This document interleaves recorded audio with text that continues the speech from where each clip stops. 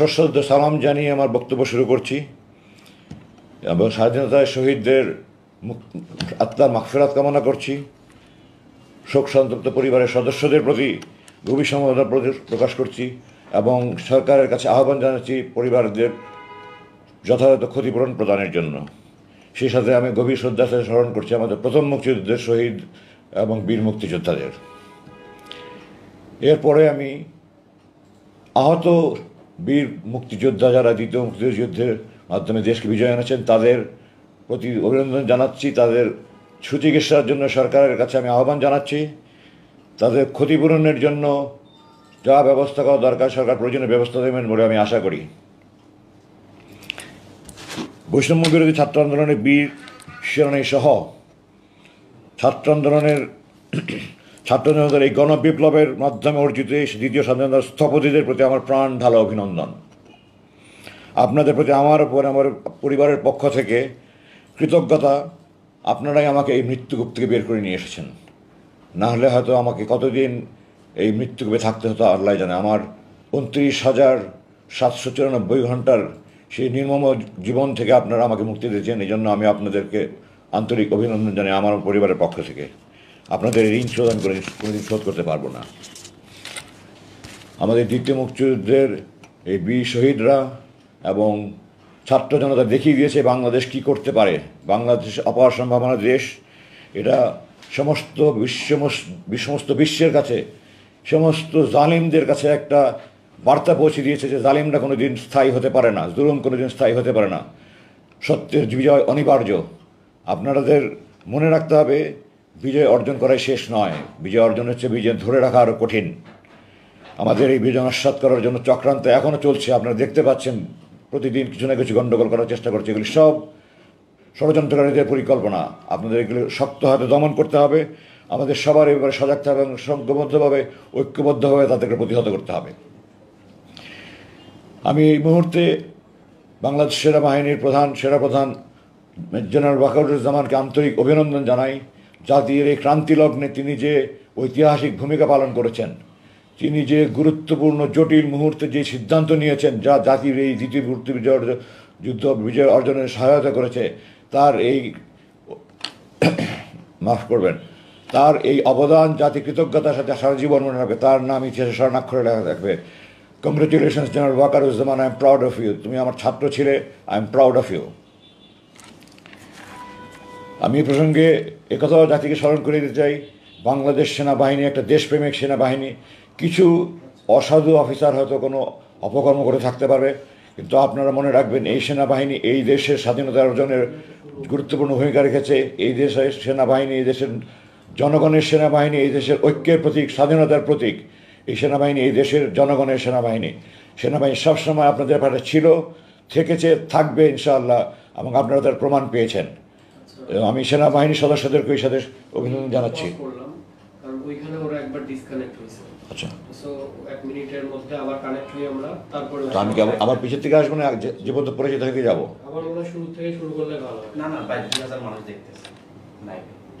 আচ্ছা, ওকে, আপনি পজ করে যেখান থেকে বলছেন এর পরে শুরু করেন। আমি জাস্ট ওর সাথে আগে শুরু করবো। আচ্ছা, আমি অন্তর্বর্তীকালীন সরকারের প্রধান ডক্টর ইউনূস সহ সকল উপদেষ্টাদের প্রতি আন্তরিক অভিনন্দন জানাচ্ছি।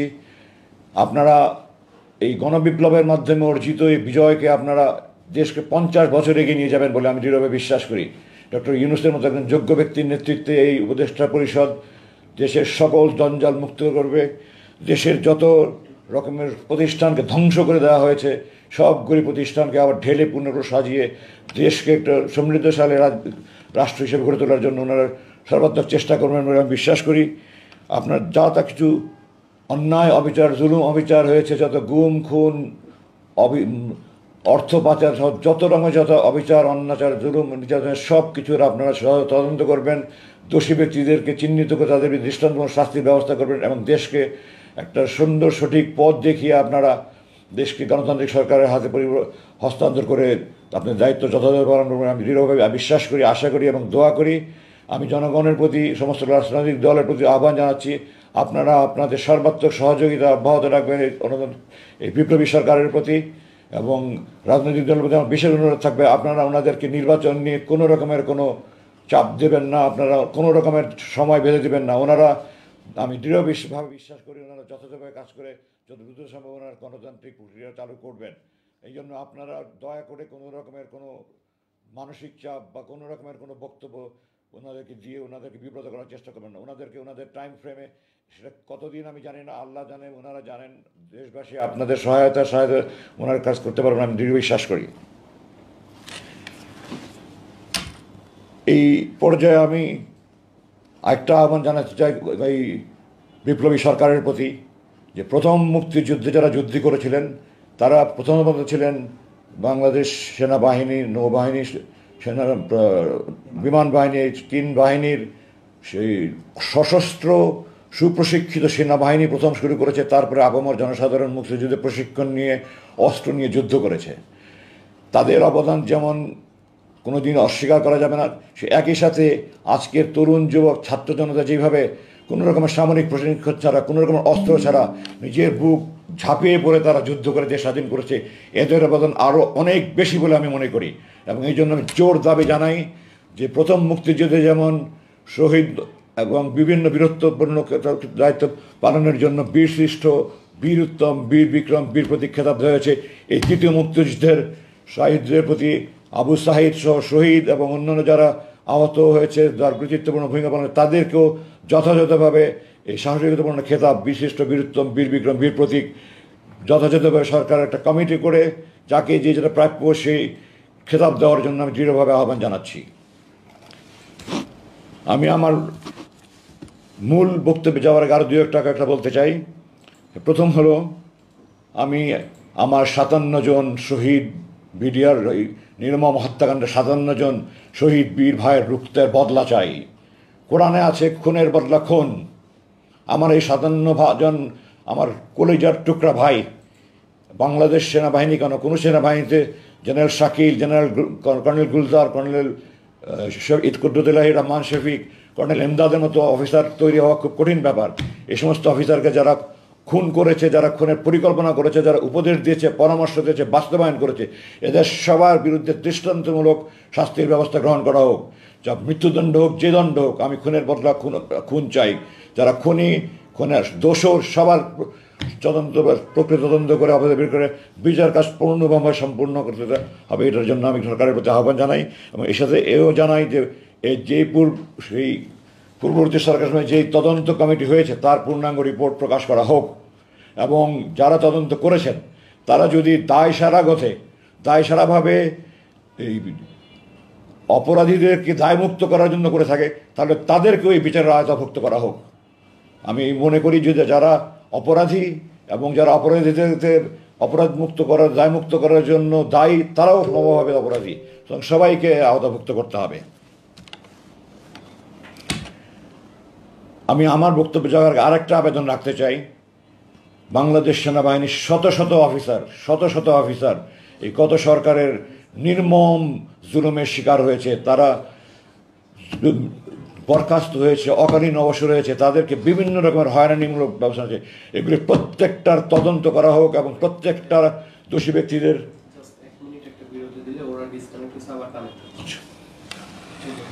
আপনি বলে শুরু করবো।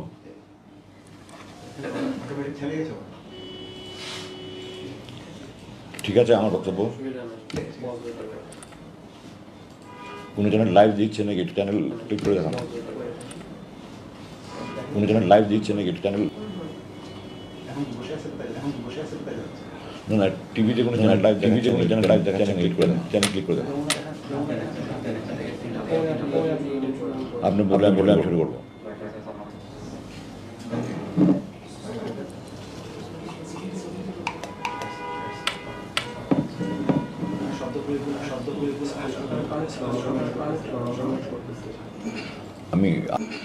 আমি 8 বছর কথা বলি না। আমার ওই সাবলীলতাটা আগেরটার মতো তত নাই। আমি শারীরিকভাবে অসুস্থ।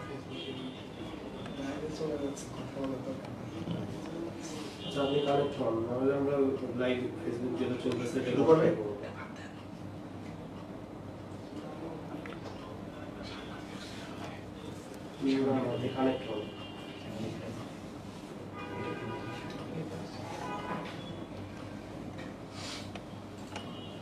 কানেক্ট হওয়ার জন্য আমাকে একটু বিরতি দিতে হয়েছে। আমি আবার শুরু করছি। কানেক্ট হওয়ার জন্য আমি আমার বক্তব্যে যাওয়ার আগে আমি আবার শুরু করছি। আমি আমার বক্তব্যে যাওয়ার আগে কর্মকর্তা, আমি আমার বিভিন্ন পদবীর যেভাবে সেনা কর্মকর্তা জুলুমের শিকার হয়েছে, বিভিন্ন পদবীর অন্যায়ভাবে বরখাস্ত হয়েছে, অকালীন শিকার হয়েছে, চাকরি থেকে অন্যায়ভাবে বরখাস্ত হয়েছে, অকালীন অবসর হয়েছে, পদায়ন হওয়া দরকার সেভাবে পুনর্বহাল পদায়ন করা এবং যেখানে যথাযথ ক্ষতিপূরণ দেওয়ার জন্য জোর দাবি জানাচ্ছি। এবং এটার জন্য প্রক্রিয়ার কর্মকর্তারা তারা যথাযথ কর্তৃপক্ষের প্রক্রিয়া করছে। আপনারা সরকারের প্রতি আহ্বান জানাচ্ছি, আপনারা তাদেরকে চাকরিতে পুনর্বহাল করুন, তাদেরকে যার যার প্রাপ্য পাওনা পরিশোধ করুন। এবং সেই সাথে শুধু সামরিক বাহিনী কর্মকর্তা না, সামরিক বেসামরিক সকল অঙ্গনে যারা যেরকম যত জুলুম অভিযান অন্যায় সবগুলোর আপনার প্রতিকার করবেন আমি বলে বিশ্বাস করি। এবারে আমি আমার প্রসঙ্গ শুরু করছি। ভূমিকাটা হয়তো একটু বড় হয়ে গেল, আপনারা ক্ষমা করবেন। আমার বাবা 2012 সালের 12ই জানুয়ারিতে এক প্রহসনের ট্রাইব্যুনাল তাকে গ্রেফতারের আদেশ দেয় এবং উনি প্রায় 3.25 বছর চিকিৎসাধীন অবস্থায় থেকে জালেমের কারাগারে থেকে উনি সুচিকিৎসার অভাবে উনি আস্তে আস্তে 23শে অক্টোবর 2000, আমি 8 বছর থাকায় আমার বছরগুলি এদিক সেদিক হয়েছে, ক্ষমা করবেন, 2013 সালের 23শে অক্টোবর উনি ইন্তেকাল করেন। এই দিনগুলো আমার পরিবারের জন্য অত্যন্ত দুর্বিষহ ছিল। একজন 90 বছরের ঊর্ধ্বে মানুষ কি অসহায়ের মতো ছোট কামরায় বন্দিশালায় দিন কাটিয়েছেন আমাদের জন্য। আমরা বলতে হবে চোখের পানি আটকে রাখতে পারেন। আমার মার যে কি কষ্টের দিন ছিল, আমি আমার মার পাশে সেই দিনগুলো থেকেছি। এবং এরপরে আমার বাবা 23 অক্টোবর ইন্তেকাল করার পরে আমি আমার সমস্ত কর্মকাণ্ড বন্ধ করে সারাক্ষণ আমার মায়ের পাশে থাকতাম। আমার মা শয্যাশায়ী ছিলেন, প্রায় উনি অসুস্থ হয়ে যেতেন, আমি লোকমা খাওয়াতাম, আমার মায়ের হাত পা টিপে দিতাম, প্রেশার মেপে দিতাম, ওষুধ খাওয়াতাম, সারা রাত ঘুমাতেন না, ওনার মায়ের পাশে থেকে হাত বুলি বলে মাপে ঘুম পাড়িয়ে দিতাম। আমি সেই মাকে নিয়ে 22শে আগস্ট 2016 সালে রাতের ভাত খাচ্ছিলাম। আপনারা ক্ষমা করবেন, আমার মা নিয়ে কথা বলতে গেলে আমি আবেগ থামাতে পারি না। আমার মা ছিলেন আমার জীবনের শ্রেষ্ঠ বন্ধু।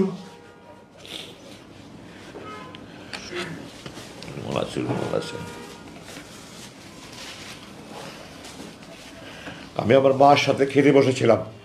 এই সময় সরকারের গুন্ডা বাহিনী, আমি গুন্ডা বাহিনী এই জন্যই বলছি যে আইন প্রয়োগকারী সংস্থার লোক ওয়ারেন্ট ছাড়া, মামলা ছাড়া, ওয়ারেন্ট ছাড়া উঠিয়ে নিয়ে যাওয়া মানেই গুন্ডারদের কাজ।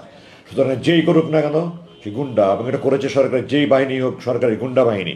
সরকারের গুন্ডা বাহিনী আমার বাসায় আসে এবং তাদের মধ্যে যাকে আমার একজন অফিসার বলে মনে হয়েছে, আমি 30 বছর একটা বাহিনীতে চাকরি করেছি, আমি পোশাক দেখলে বলতে পারি কে অফিসার কে নিম্ন পদবীর কর্মকর্তা। তো যাকে আমার অফিসার বলে মনে হয়েছে সে আমার সাথে অত্যন্ত দুর্ব্যবহার করেছে, আমাকে তুই করে কথা বলেছে, আমার সাথে চরম দুর্ব্যবহার করেছে। আমি তার কাছে জানতে চেয়েছি আপনারা কারা, আপনাদের পরিচয় কি, আপনাদের পরিচয়পত্র দেখান। তারা আমার কথার জবাব দেয়নি। আমি বলেছি আপনারা আইন প্রয়োগের সংস্থা নাকি, আপনাদের আইন প্রয়োগের সংস্থা, আপনারা পরিচয়পত্র দেখান। কোনো জবাব দেয়নি। আমি জিজ্ঞাসা করেছি আমার বিরুদ্ধে কোনো মামলা আছে, কোনো ওয়ারেন্ট আছে? মামলা ওয়ারেন্ট ছাড়া আমাকে আপনারা গ্রেফতার করতে পারেন না, আপনারা আমাকে উঠিয়ে নিয়ে যেতে পারেন না, আপনাদের পরিচয়। তারা আবার কোনো কথার জবাব না দেখালে বলছে হাত দেন, হাত দেন, হাত দেন, হাত দেন, হাত করা হাতে নিয়ে বসে আছে, হাত দেন, হাত দেন, হাত দেন। এবং এই পর্যায়ে দ্যাট অফিসার একটা অসভ্য, তার পারিবারিক কোনো শিক্ষা আছে বলে আমি মনে করি না। কোনো ভদ্রলোকের মানুষ এরকম করতে পারে না। আমার মতো একজন ব্রিগেডিয়ার জেনারেলকে সে তুই তাকারি করে কথা বলেছে। সে মানে খালি আমার গায়ে হাত তুলে নিয়ে বাকি এমন দুর্ব্যবহার করেছে। এবং শেষ পর্যন্ত আমি আমার সম্মান বাঁচানোর জন্য আমি হাত উঠিয়ে দিচ্ছি, না হলে তারা আমার গায়ে হাত উঠিয়ে দিত। আমি হাত দিয়েছি, হাত বেঁধেছে, আমার চোখ বেঁধেছে, চোখ বেঁধে আমাকে নিচে গাড়িতে গিয়ে উঠিয়েছে, মাইক্রোবাসে নিয়ে উঠিয়েছে। এবং তখন পর্যন্ত আমি বলছি বারবার যে আমি সাবেক ব্রিগেডিয়ার জেনারেল, আমার জানার অধিকার আছে আপনারা কারা কেন নিচ্ছেন। তখন আমাকে তুই তাকারি করে কথা বলেছে, তোর সেনাবাহিনী, তোর এটা সেটা এইভাবে কথা বলেছে আমাকে। তারপরে গাড়িতে নিয়ে আমাকে মুখোশ পরিয়েছে। তারপরে তারা আমাকে বাড়ি থেকে নিয়ে গেল। এখন আমি ফিরে এসে আরও যা জানতে পারছি সেটা হলো তারা আমার স্ত্রীর সাথে চরম দুর্ব্যবহার করেছে, তাকেও তারা উঠিয়ে নিয়ে যেতে চেয়েছিল এবং তার সাথে চরম দুর্ব্যবহার করেছে। তাকে এক পর্যায়ে গায়ে হাত দেওয়ার মতো অবস্থা হয়েছিল। সে আমার মার হাত জোরে ধরে বলেছে আমি একা যাবো না, নিতে হলে আমার মাকেও নিতে হবে। তারপরে তারা আমার মাকে তাকে আর কিছু বলেনি। কিন্তু আমার বাসার যুবতী কাজের মেয়ে তার গায়ে হাত উঠিয়েছে। আমার বাসার যে মানে দেখাশোনা করে আমাদের ম্যানেজার তাকে মাটির বাড়িতে ফেলে তার বুকের উপরে লাফিয়েছে। বাসার যত সিকিউরিটি গার্ড ছিল, দারোয়ান ছিল, যত কর্ম ছিল তাদেরকে নির্মমভাবে তারা নির্যাতন করেছে। আমার বাসা তছনছ করে তারা আলমারি বাক্স সব কিছু তারা ভেঙে চুরে, তারা মোবাইল, কম্পিউটার আর যা ইচ্ছা তাদের তারা নিয়ে গিয়েছে। আলমারি, স্টিলের আলমারিগুলো তারা ভেঙে ফেলেছে। এবং আমাদের বাসার রাস্তাটা 200 গজের গলির সামনে বন্ধ। মহল্লা কমিটি তারা সিসিটিভি দিয়ে আমাদের পাড়ার পুরো এলাকাটা কাভার করা আছে। তারা সিসি ক্যামেরাগুলি সব ভেঙেছে, যেখানে রেকর্ডার আছে সেই বাসায় গিয়ে দরজা ভেঙে তারা রেকর্ডার নিয়ে গিয়েছে এবং সমস্ত এলাকার একটা ত্রাসের সৃষ্টি করে তারা আমাকে নিয়ে চলে গেল। প্রায় আমার চোখ বাঁধা, মুখ বাঁধা, মুখোশ পরা, আমার তো জানার কোনো উপায় নেই আমাকে কোথায় নিয়ে যাচ্ছে। ডানে বামে করে প্রায় ঘন্টাতে ড্রাইভ করে আমাকে একটা রুমে নিয়ে গেল। রুমে নিয়ে গিয়ে আমাকে তারা চোখ হাত খুলে দিল এবং আমাকে একটা পায়জামা দিল, একটা লুঙ্গি দিল, বলে আপনার কাপড় পাল্টে দেন। তো আমি কাপড় পাল্টিয়ে ওগুলো দিয়ে দিই। আমার প্যান্ট শার্ট পরানো ছিল, ওগুলো দিয়ে দিলাম। আমাকে আমার পরনে একটা স্যান্ডেল ছিল যেটা আমার বাবা পরতেন, আমার বাবার স্মৃতিস্বরূপ আমি স্যান্ডেলটা পরতাম। তারা আমাকে একজন স্যান্ডেল দিল, আমার স্যান্ডেলটা নিয়ে যেতে দিল, আমি স্যান্ডেল নিতে দিই না। আমি বলেছি না, এটা আমার বাবার স্মৃতি, আমি এটা দেবো না। তারা অনেক জোরাজোরি করেছে, আমি বলছি না আপনারা দেবো না, আপনারা যা করতে পারেন, আমি আমার স্যান্ডেল দেবো না, এটা আমার বাবার স্মৃতি। তো শেষ পর্যন্ত তারা আমাকে স্যান্ডেল রাখতে দিয়েছে। তারপর আমাকে খাবার দিয়েছে তারা, এক প্যাকেট বিরিয়ানি।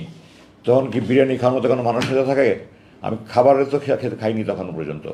আর বিরিয়ানি তো কেন, আমি তো তখন মৃত্যুর আশঙ্কা করছি। আমি গাড়িতে তাদের জিজ্ঞাসা করেছিলাম আপনারা কি আমাকে ক্রস ফায়ারের জন্য নিয়ে যাচ্ছেন? তো আমার পাশে থেকে একজন বললো না, আমাদের উপরস্থ কর্তৃপক্ষ আপনাদের কথা বলবে, কথা বলা শেষ হলে আপনাকে দিয়ে যাবো আমরা। রাতে আমাকে দিয়ে গেল। আমি নামাজ আসায় আগে পড়েছিলাম। ভোর রাতের দিকে আমি টয়লেটে গিয়ে তাহাজ্জুদ অজু করে সে তাহাজ্জুদ নামাজ পড়লাম, ফজর নামাজ পড়লাম। আমার রুম থেকে আমাকে টয়লেটে নিয়ে যাওয়ার পথে প্রায় 50 কদম যেতে হতো। আমার দু হাত বেঁধে, চোখ বেঁধে, তারপর মুখোশ পরিয়ে আমাকে নিয়ে যেত। টয়লেটের ভিতরে গিয়ে খুলে দিত, বাইরে দিয়ে তারা স্টিলের দরজা বন্ধ করে তালা মেরে রাখতো। আমার কাজ শেষ হয়ে আমি নক করলে তারা দরজা খুলে এসে আবার চোখ বেঁধে, হাত বেঁধে, মুখোশ পরিয়ে নিয়ে আসতো। রুমে এসে আমি তাহাজ্জুদ পড়লাম। তাহাজ্জুদ পড়ে আল্লাহর কাছে খুব কান্নাকাটি করলাম। আর সারা রাত তুমি এই আতঙ্কে আছে। একটা আপায়ের আওয়াজ শুনলে আমি মনে করছি এই বুঝে আমাকে ক্রস ফায়ার নিয়ে যাচ্ছে, এই বুঝে আমার ক্রস ফায়ার নিয়ে যাচ্ছে। তো আমাদের সে গুম মানে তো ক্রস ফায়ার, এটাই একটা চিরাচরিত হয়ে আসছে। সারা রাত আমি তাহাজ্জুদে আল্লাহর কাছে চোখের পানি ফেলে কান্না করলাম, আল্লাহ এই নামাজ যদি আমার শেষ নামাজ হয়, আর জালেমরা যদি আজকে আমাকে, তোমার যদি জালেমদের হাতে আমার মৃত্যু রেখে থাকো, তুমি আমাকে শহীদের মর্যাদা দিও। আর আমার লাশ যেন কুকুর বিড়াল না খায় আল্লাহ। আমার লাশটা অক্ষত অবস্থা আমার মা স্ত্রী সন্তানদের কাছে পৌঁছে দিও। আমি তাহাজ্জুদের ফজরের নামাজ পড়ে, দোয়া পড়ে বিছানায় শুলাম। চোখে তো ঘুম আসে না।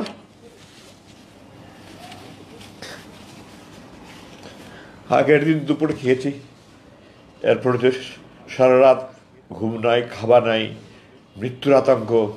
পরের দিন সকালে নাস্তা দিয়েছিল আমাকে, চা, পরোটা, ডিম ভাজি। নাস্তা খাওয়ার তো নাস্তাটা দিয়ে দেখলেই আমার চোখ দিয়ে ঝরঝর করে পানি বলে, কারণ আমি মাকে নিয়ে খেতে বসছিলাম। মাকে বা 2 সময় লোকমা খাইয়ে দিলাম। আমি বললাম এগুলো নিয়ে যান, আমি খাবো না। এরপরে 12টার দিকে হঠাৎ করে আমার মনে হলো আমার হাত পা সব খিঁচুনি আসছে। আমার মনে হলো আমি যেন মরে যাচ্ছি। আমার চোখ মুখ অন্ধকার হয়ে আসছে। আমি চিৎকার চেঁচামেচি শুরু করলাম। এরপরে আমি আর কিছু বলতে পারবো না। কতক্ষণ পরে আমার হুশ আসছে আমি বলতে পারবো না। আমি দেখলাম আমি আগে যে রুম নিয়েছিলাম তাতে অন্য আরেকটা রুমে, এবং আমার হাতে স্যালাইন দেওয়া। এবং এখন একজন আমাকে বলল যে আপনি অজ্ঞান হয়ে গিয়েছিলেন, এখন আপনাকে ওষুধ দিয়ে, আপনার প্রেশার খুব বেড়ে গিয়েছিল, আপনাকে প্রেশারের ওষুধ এবং ঘুমের ওষুধ দিয়ে আপনার ঘুম পাড়িয়ে রাখা হয়েছিল। যাই হোক, এভাবে প্রায় 6 দিন বা 7 দিন, আমার ঠিক মনে নেই, আমার এই অবস্থায় কাটতো। আমি যখন টয়লেটে যেতাম তখন ক্যানার লাগানো ছিল, ওটা খুলে দিত, আমি টয়লেটে যেতাম। খাবার দিত আমাকে 3 বেলা খাবার যাই দিত। রান্নার এত মান দেখলে আমার রান্নার ব্যাপারে আমার চেহারা দেখে আমার খেতে ইচ্ছে হতো না। আর চোখের খাবার সামনে বসলেই আমার চোখ দিয়ে ঝরঝর করে পানি পড়তো। আমি খারাপও কি 6-7 দিন আমি বলতে গেলে না খাওয়াই, শুধু একটু চা খেতাম বা একটু পরোটা, একটু পোড়া টুকরা খেতাম, সাদা ভাত 2-1 লোকমা খেতাম। এভাবেই আমার 6-7 দিন গেল, স্যালাইনের উপরে ছিলাম। তারপরে 6-7 দিন পরে আমাকে প্রথম যে রুমে নিয়ে গিয়েছিল আবার সেই রুমে নিয়ে আসলো। তারপর থেকে আমি প্রতিদিনই বলছি, আপনারা বলছেন যে আমাকে আপনাদের অপরাস্ত কর্তৃপক্ষ কথা বলবে, কোথায় তারা আসে না কেন, আসবে ওনাদের সময় হলে আসবে, ওনাদের সময় হবে। আসলে এইভাবে দিন চলতে থাকলো, আমার তো খাওয়া দাওয়া কিছুই নাই, আস্তে আস্তে আমি শুকিয়ে যেতে থাকলাম, দাঁড়িয়ে নামাজ পড়ে আমার ক্ষমতা হারিয়ে ফেললাম, বসে নামাজ পড়া শুরু করলাম। পরে 1 মাস প্রায় না খাওয়া আমি, এই অবস্থায় এক পর্যায়ে আমি শুয়ে নামাজ পড়তে শুরু করলাম, আমি বসে নামাজ পড়ার আমার ক্ষমতা ছিল না। ঠিক 1 মাস পরের ঘটনা, 22শে আগস্ট রাতে নিয়ে গেল, 21শে আগস্ট রাত 11:50 আমাকে একজন এসে বলল যে আপনার সাথে আমাদের বড় ভাই কথা বলবে। তো বড় ভাই শব্দটা আমি প্রথম শুনলাম ওখানে। আমি বললাম বড় ভাই মানে আমাদের উপরস্থ কর্তৃপক্ষ। তো আমি বললাম তো বাংলাদেশের সকল ব্যাংক, বিমা প্রতিষ্ঠান, স্কুল, কলেজ সবখানে তো উপরস্থ কর্তৃপক্ষ স্যার বলে, আপনারা কি বড় ভাই বলে আমাকে বোঝাতে চাচ্ছেন যে আপনার বেসামরিক প্রতিষ্ঠান? আমি 30 বছর একটা বাহিনীতে কাজ করেছি, এই ধরনের কাজ কি কোনো বেসামরিক প্রতিষ্ঠান করে? আপনারা আমাকে কি গর্ধব পেয়েছেন? যাই হোক, আমার রুম বন্ধ করে অন্ধকার করে দিল। অন্ধকার করে দিয়ে টর্চ লাইট নিয়ে একজন আসলেন, আমি তো তার চেহারা কিছু দেখার সুযোগ নেই, রুম অন্ধকার। আমার মাথার পিছনে উনি একটা চেয়ার নিয়ে বসলেন, বসে আমাকে বললেন খুব সংক্ষিপ্ত কথা, একটা ঘটনের আশঙ্কায় আপনাকে আটক করা হয়েছিল, সে আশঙ্কাটা কেটে গেছে, আপনাকে এখন মুক্তি দেওয়ার সিদ্ধান্ত হয়েছে। আমি বলছি 21শে সেপ্টেম্বর রাত 11:50 কথা, আপনাকে এখন মুক্তির সিদ্ধান্ত নেওয়া হয়েছে। তো আমি বললাম আমাকে মুক্তির জন্য কি আমি দিন গুনবো না ঘন্টা গুনবো? তো উনি বললেন যে আপনি একজন সেনাবাহিনীর সাবেক জেনারেল, আপনি জানেন আপনার সিদ্ধান্ত তো সর্বোচ্চ পর্যায় থেকে আসবে, আমার মতো ব্যক্তির পক্ষে এটা সিদ্ধান্ত দেওয়া সম্ভব না। এই কথা বলে উনি চলে গেলেন। এরপর থেকে আমি দিন গুনছি, কেউ মুক্তির কথা বলে না, কিছুই বলে না। প্রতিদিন দোয়া করি, নামাজ পড়ি, দোয়া করি, চোখের পানি ফেলে কান্নাকাটি করি, কোনো কথা নেই। 19শে সেপ্টেম্বর মানে আরও প্রায় মাসখানেক পরে, 19শে অক্টোবর প্রথম কয়েকজন অফিসার আসলো, আমাকে তখন রুম থেকে চোখ বেঁধে হাত বেঁধে মুখে পরিয়ে ওখানে একটা রুমে নিয়ে গেলো। এটা তাদের ইন্টারোগেশন রুম, মানে কয়েকটা রুম আছে তাদের ইন্টারোগেশন রুম, এবং ওখানে অন্যান্য বন্দীদেরকে তারা অনেক নির্যাতন করে। আল্লাহর রহমত যে আমাকে তারা আমাকে শারীরিক নির্যাতন করেনি।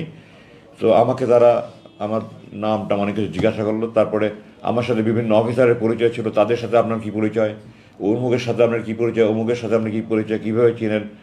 তো স্বাভাবিকভাবেই এই সরকারে যারা জুলুম নির্যাতনের শিকার হয়েছে তারাই আমার সাথে বেশি যোগাযোগ করেছে, কারণ আমি একজন জুলুম নির্যাতনের শিকার। তো আপনার সাথে তো সব সরকার বিরোধী লোকের সাথে যোগাযোগ দেখা যায়, আমাকে তারা বলছে। তো আমি বললাম যে আমরা সেনাবাহিনীতে কে সরকারকে বেসরকারি আমরা এটা কখনো দেখি না, সেনাবাহিনীতে কোনো দল নাই, সেনাবাহিনীর সবাই আমরা ভাই, আমরা সবাইকে ভাইয়ের মতো মনে করি, আমরা সেইভাবে যোগাযোগ করি, কে কী দল করে আমরা সেনাবাহিনীদের দেখি না। সুতরাং আপনারা যেটা বলছেন এটা আপনাদের কল্পনাপ্রসূত, আমার সাথে এই ধরনের কারণ এই ধরনের বিরোধী করার বড়ের জন্য এগুলি হিসাব করে আমরা যোগাযোগ করি না। আমি অমুকের সাথে অমুক জায়গায় চাকরি করেছি, অমুক সাথে অমুক জায়গায় চাকরি করেছি, আমি সমস্ত বিবরণ দিলাম। 19 তারিখে কিছুক্ষণ জিজ্ঞাসাবাদ করে তারা চলে গেল। আবার 3 দিন পরে 22শে অক্টোবর আবার তারা আসলো, আবার একই ধরনের প্রশ্ন। এটা একটা আপনার ইন্টারোগেশনের একটা পদ্ধতি, একই প্রশ্ন বারবার করা, যেন কোনো যদি আমার বক্তব্যে বেশ কম হয় তাহলে তারা বুঝতে পারে মিথ্যার আশ্রয় নিচ্ছে, তখন ওটা নিয়ে তারা আমাকে বারবার জিজ্ঞাসা করবে। তো সত্য বললে তো আর বারবার জিজ্ঞাসা করলে 100 বার জিজ্ঞাসা করলেও কোনো সমস্যা নেই। ইংরেজিতে বলে the most difficult part of telling a lie is that you have to remember what you said the first time. প্রথমে যেটা বলেছিল যদি মনে রাখতে না পারি তাহলে আমি দ্বিতীয়বার উল্টাপাল্টা বললে মিথ্যা হতে হবে। তো আমি যদি মিথ্যা না বলি তো আমার তো এটা মনে রাখার কোনো দরকার নেই। তো আমি দ্বিতীয়বার আমি যা জিজ্ঞাসা করলো একই কথা মনে রেখে একই প্রশ্ন করলো। এরপরে দীর্ঘদিন পর জিজ্ঞাসা করেন, আমি তাদের বললাম আপনারা কতদিন আমাকে এভাবে আটকে রাখবেন, বলে আপনারা থাকেন আরও কিছু জিজ্ঞাসাবাদ করবো। 7ই ডিসেম্বর আমাকে তৃতীয়বার তারা জিজ্ঞাসাবাদ করলো, আগের প্রশ্নগুলি, কিন্তু এই প্রশ্ন এবার কিছু ব্যতিক্রম ধর্মীয় প্রশ্ন ছিল। এখানে তারা আমাকে হঠাৎ করে বলল,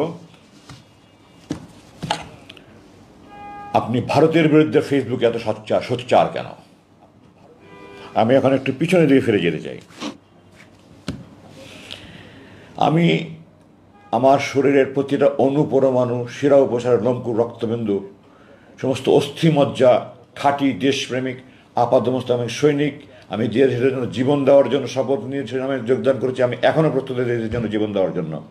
তো আমি বলেছি যে আমাকে যে খুব ভারতের বিরুদ্ধে ফেসবুক এত সোচ্চার কেন? তো আমি বললাম ভারতের বিরুদ্ধে ফেসবুকে সোচ্চার হওয়া যদি বেআইনি হয় তাহলে আপনারা আমাকে আটকে রেখেছেন কেন বিচার বহির্ভূত? আমাকে সে আইনে মামলা দিচ্ছেন না কেন? আর আমি স্বাধীনতা যুদ্ধের পর থেকে, আমি 2016 সালের 7ই ডিসেম্বরের কথা বলছি, তখন স্বাধীনতার 45 বছর প্রায়। আমি বলছি আমি স্বাধীনতার পরে 45 বছরে ভারতকে বন্ধু হিসাবে দেখিনি। আমি ভারতকে একটা বন্ধু প্রতিবেশী রাষ্ট্র হিসেবে দেখতে চাই। আমাদের ফরেন পলিসি হলো, আমাদের পররাষ্ট্রনীতি হলো friendship to all, malice two নান। সবার সাথেই বন্ধুত্ব, কারোর সাথে বৈরিতা না করে। আমি আমার সকল প্রতিবেশীকে বন্ধু রাষ্ট্র হতে পেতে চাই, কিন্তু বন্ধুত্ব কখনো একতরফা হয় না। আমি আপনাকে বন্ধুর মতো ভালোবেসে যাব, আপনি আমাকে চর থাপ্পড় লাথি মারবেন, এটা কোনোদিন বন্ধুত্ব হয় না। তো আমি দেখেছি তারা আমাদের সমস্ত নদীতে বাদ দিয়ে, ফারাক্কাবাদের মতো বাদ দিয়ে, যখন আমাদের পানির দরকার তারা আমাদের খরা তৈরি করছে, আর যখন আমাদের দেশে বন্যা তখন তারা বাদ করে দিয়ে, আপনারা এখন দেখতে পাচ্ছেন, আজকে দেখতে পাচ্ছেন কি হচ্ছে আমাদের এই পূর্বাঞ্চলীয় জেলাগুলিতে, কীভাবে লাখ লাখ মানুষ আজকে কষ্ট স্বীকার করছে। আমি 2009 সালে আমাকে বরখাস্ত করার পর থেকে আমি এই কাজ করছি। আমার বরখাস্ত প্রসঙ্গে আমি একটু পরে আসছি। 2009 সালে কীভাবে আমাকে বরখাস্ত করলেন আমি একটু পরে আসছি। তো আমি তখন থেকে আমি ভারতের বিরুদ্ধে ফেসবুকে সোচ্চার ছিলাম। আমার বোন ফেলানির লাশ 24 ঘন্টা তার কাটা ঝুলেছিল, আমার এখন বুক ফেটে যায়। 2 দিন পর পরে আমার ভাই বোনদেরকে বর্ডারে গুলি করে মারছে, কোনো প্রতিবাদ নাই, কোনো প্রতিবাদ নাই। তারা আমাদের চারিদিকে তার কাটা ভাড়া দিয়ে রেখেছে, ওয়াচ টাওয়ার বানিয়ে রেখে, ডগ বানিয়ে তারা আমাদের বাণিজ্যিক বৈষম্য তৈরি করে রেখেছে। এগুলোর কোনো প্রতিবাদ নাই, কেউ কিছু বলে না। আমি আমার প্রতিজ্ঞা ছিল, আমার পণ ছিল, আমার জেহাদ ছিল, আমি আমার দেশের পক্ষে আমার জীবন যে আমি যা কিছু বলে যাব। আমার ক্ষুদ্র প্রচেষ্টা আমি ফেসবুকে লেখালেখি করছি, এগুলো নিয়ে আমার বিরুদ্ধে তারা খুব ক্ষুব্ধ। আমি বিস্মিত যে বাংলাদেশের কোনো একটা বাহিনী, যে কোনো বাহিনী হোক, তারা ভারতের বিরুদ্ধে আমি যদি ক্ষোভ প্রকাশ করে থাকি, তাদের এত ক্ষুব্ধ হওয়ার কী আছে? তারা কি ভারতপ্রেমী? তারা ভারতপ্রেমী না হলে তাদের কেন এত ক্ষোভ হবে? আমি আশ্চর্য হই না যে বিগত সরকার যাদেরকে ব্যবহার করেছে, সেই স্বার্থান্বেষী মহল, তারাও সরকারের দ্বারা প্রভাবিত, তারাও ভারতপ্রেমী ছিল, নাহলে তারা আমার বিরুদ্ধে ক্ষুব্ধ প্রতিক্রিয়া ব্যক্ত করতো না। আমি এই প্রসঙ্গে আরেকটু পূর্বে ফিরে যেতে চাই। আমরা যেমন ভারতকে বন্ধু মনে করলে হবে না, আমাদের ইতিহাস জানতে হবে। আমরা যদি ইতিহাস না জানি তাহলে আমরা ভুল করব। আমরা বারবার ভুল করেছি, আমরা এখন আর ভুল করতে চাই না। 1905 সালে এই ব্রিটিশ সরকার আমাদের এই বঙ্গভঙ্গ করেছিল পূর্ব বাংলা মুসলমানদের উন্নতির জন্য। এই ভারত এটার বিরুদ্ধে আন্দোলন করে, বঙ্গভঙ্গ রদ মানে বাতিল আন্দোলন করে, 6 বছর পর্যন্ত বাতিল আন্দোলন করে এটাকে বাতিল করে আমাদের 2 বাংলা এক করেছে। তারা আমাদের মুসলমানদের উন্নতি চায়নি। 1971 সালে, আপনারা জানেন না, দেশবাসীর জানা উচিত এগুলো, আমরা মৈত্রী চুক্তি নামে অক্টোবর 1971 সালে আমাদের অস্থায়ী সরকার একটা চুক্তি করেছিল। সৈয়দ নজরুল ইসলাম সাহেব অস্থায়ী চুক্তি করে স্বাক্ষর করে অজ্ঞান হয়ে গিয়েছিলেন। আমার কথা নয়, আপনারা 266 দিনের স্বাধীনতা আওয়ামী লীগ অ্যাডভোকেট নুরুল কাদের বই পড়ে দেখেন। ওনার কথা আছে যে অস্থায়ী সরকারের অস্থায়ী রাষ্ট্রপতি সৈয়দ নজরুল ইসলাম স্বাক্ষর করে অজ্ঞান হয়ে গেছিলেন। ওটা চুক্তি ছিল। আমি 3টা আপনাদের শুধু দৃষ্টি আকর্ষণ করছি। 1 নম্বর, এদেশে কোনো সেনাবাহিনী থাকবে না, এদেশে ভারতের সেনাবাহিনী থাকবে। 2, এদেশের প্রশাসনে যারা মুক্তিযুদ্ধে যোগদান করেছে তারা বাদে বাকি সবাইকে অপসারণ করতে হবে। ভারতের প্রশাসনের লোক এই দেশে প্রশাসন চালাবে। এই দেশের প্রশাসনের শতকরা 1জন লোকও মুক্তিযুদ্ধে যোগদান করেনি, আপামর ছাত্রজনতা যোগদান করেছে। তার মানে এই দেশের প্রশাসন তাদের হাতে তুলে যাবে। তৃতীয়ত, এই দেশের পররাষ্ট্র মন্ত্রণালয় এবং প্রতিরক্ষা মন্ত্রণালয় ভারতের নিয়ন্ত্রণে থাকবে। আমি দেশবাসীর কাছে জানতে চাই, আপনারা বলেন এটা কি স্বাধীনতার চুক্তি, মৈত্রী চুক্তি না গোলামির চুক্তি? এই চুক্তি যারা করেছে তারা মীর জাফরের বংশধর, তারা এই দেশকে বিক্রি করে দিচ্ছিল। আল্লাহ আমাদেরকে রক্ষা করেছেন। আমি এগুলির বিরুদ্ধে সবসময় সোচ্চার ছিলাম। সেনাবাহিনীর চাকরি করা অবস্থায় আমি এগুলি বলতে পারিনি। 2009 সাল থেকে আমি বলেছি, এটাই ছিল আমার অপরাধ, এটা আমার বড় অপরাধ ছিল। আর অপরাধ, আমি অধ্যাপক গোলাম আজমের ছেলে, এই কারণে তারা আমাকে নিয়ে বন্দি করে রেখেছে। এবং এই 29,794 ঘন্টার কাহিনী, 29,794 দিন বলে শেষ করা যাবে না। সেই নির্মম কারাগারে আল্লাহ আমাকে চোখ দিয়েছেন আল্লাহর পৃথিবী দেখার জন্য। আমার এটা অধিকার, আমার সেই অধিকার কেড়ে নেওয়া আছে। আমি আল্লাহর আকাশ দেখিনি, বা সূর্য দেখিনি, চাঁদ দেখিনি, মেঘ দেখিনি, বৃষ্টি দেখিনি, রোদ দেখিনি, আমি আল্লাহর মাটি দেখিনি, গাছ দেখিনি। আমার রুমের দক্ষিণ দিকে 2টা ছোট ভেন্টিলেটর ছিল, ওগুলো দিয়ে মাঝে মাঝে একটু আলো দেখা যেত। আমি মাঝে মাঝে ওই তাকিয়ে দেখতাম। তারা এটা সিসি ক্যামেরা দিয়ে খেয়াল করে ওটাও বন্ধ করে দিয়েছে। আমার বুক হাহাকার করতো, আমি আল্লাহর দুনিয়া দেখতে চাই।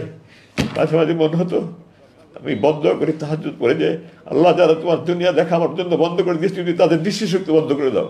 কিন্তু আমি আল্লাহর কাছে বিচার দিয়েছি, আল্লাহ আমি বন্ধ করি না, তুমি আকামুল হাকিমিন, সর্বশ্রেষ্ঠ বিচারক আল্লাহ, তুমি তাদের ব্যবস্থা নিও।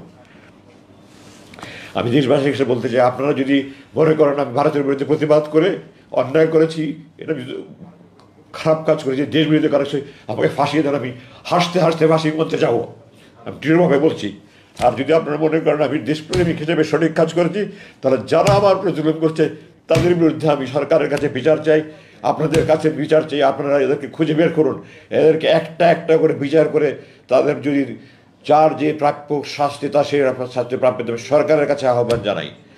আপনারা আমাকে সহ যত রকমের যত গুম খুন ধর্ষণ রাহাজানি যত অন্যায় বিচার জুলুম হয়েছে, এই সবগুলির দোষী ব্যক্তিদের শাস্তি পূর্ণাঙ্গ বিচার করে মৃত্যুদণ্ড হোক, যে দণ্ড হোক আপনার সেই দণ্ড প্রদান করেন।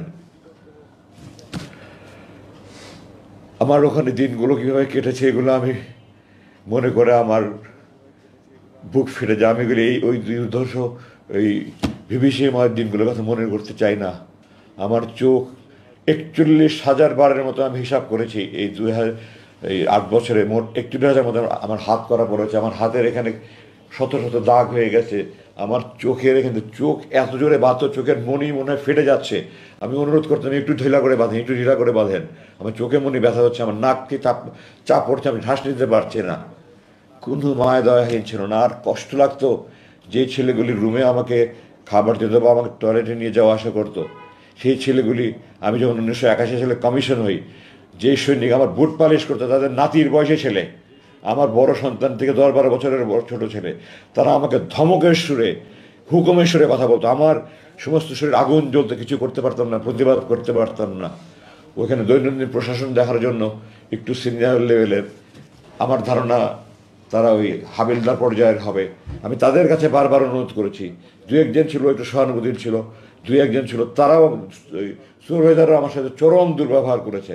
এক পর্যায়ে এমন হলো যে একটা ছেলে বারবার দুর্ব্যবহার করছে, আমি তাকে বারবার পরিবর্তন করার কথা, তাকে পরিবর্তন করছে না। আমি সুপারভাইজারকে বললাম যে আমি যদি আপনারা যদি একে পরিবর্তন না করেন তাহলে আমার খাবার সময় যদি তার ডিউটি থাকে আমি খাদ্য বর্জন করবো।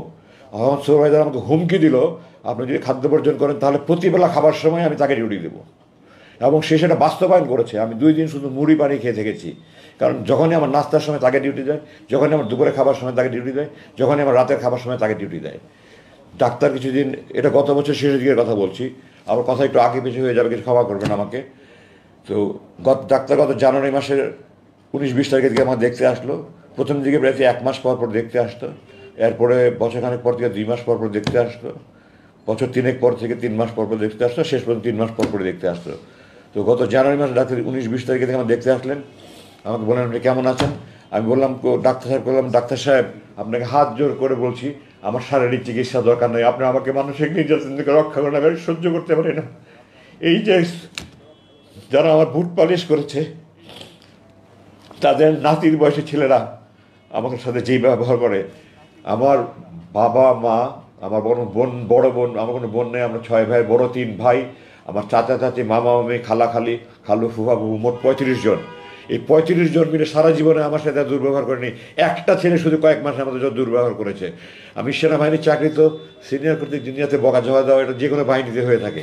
আমার 35 বছর সেনাবাহিনীর চাকরিতে আমার সিনিয়ররা আমাকে এত বকাঝকা করেনি, একটা ছেলে আমার সাথে এত দুর্ব্যবহার করছে।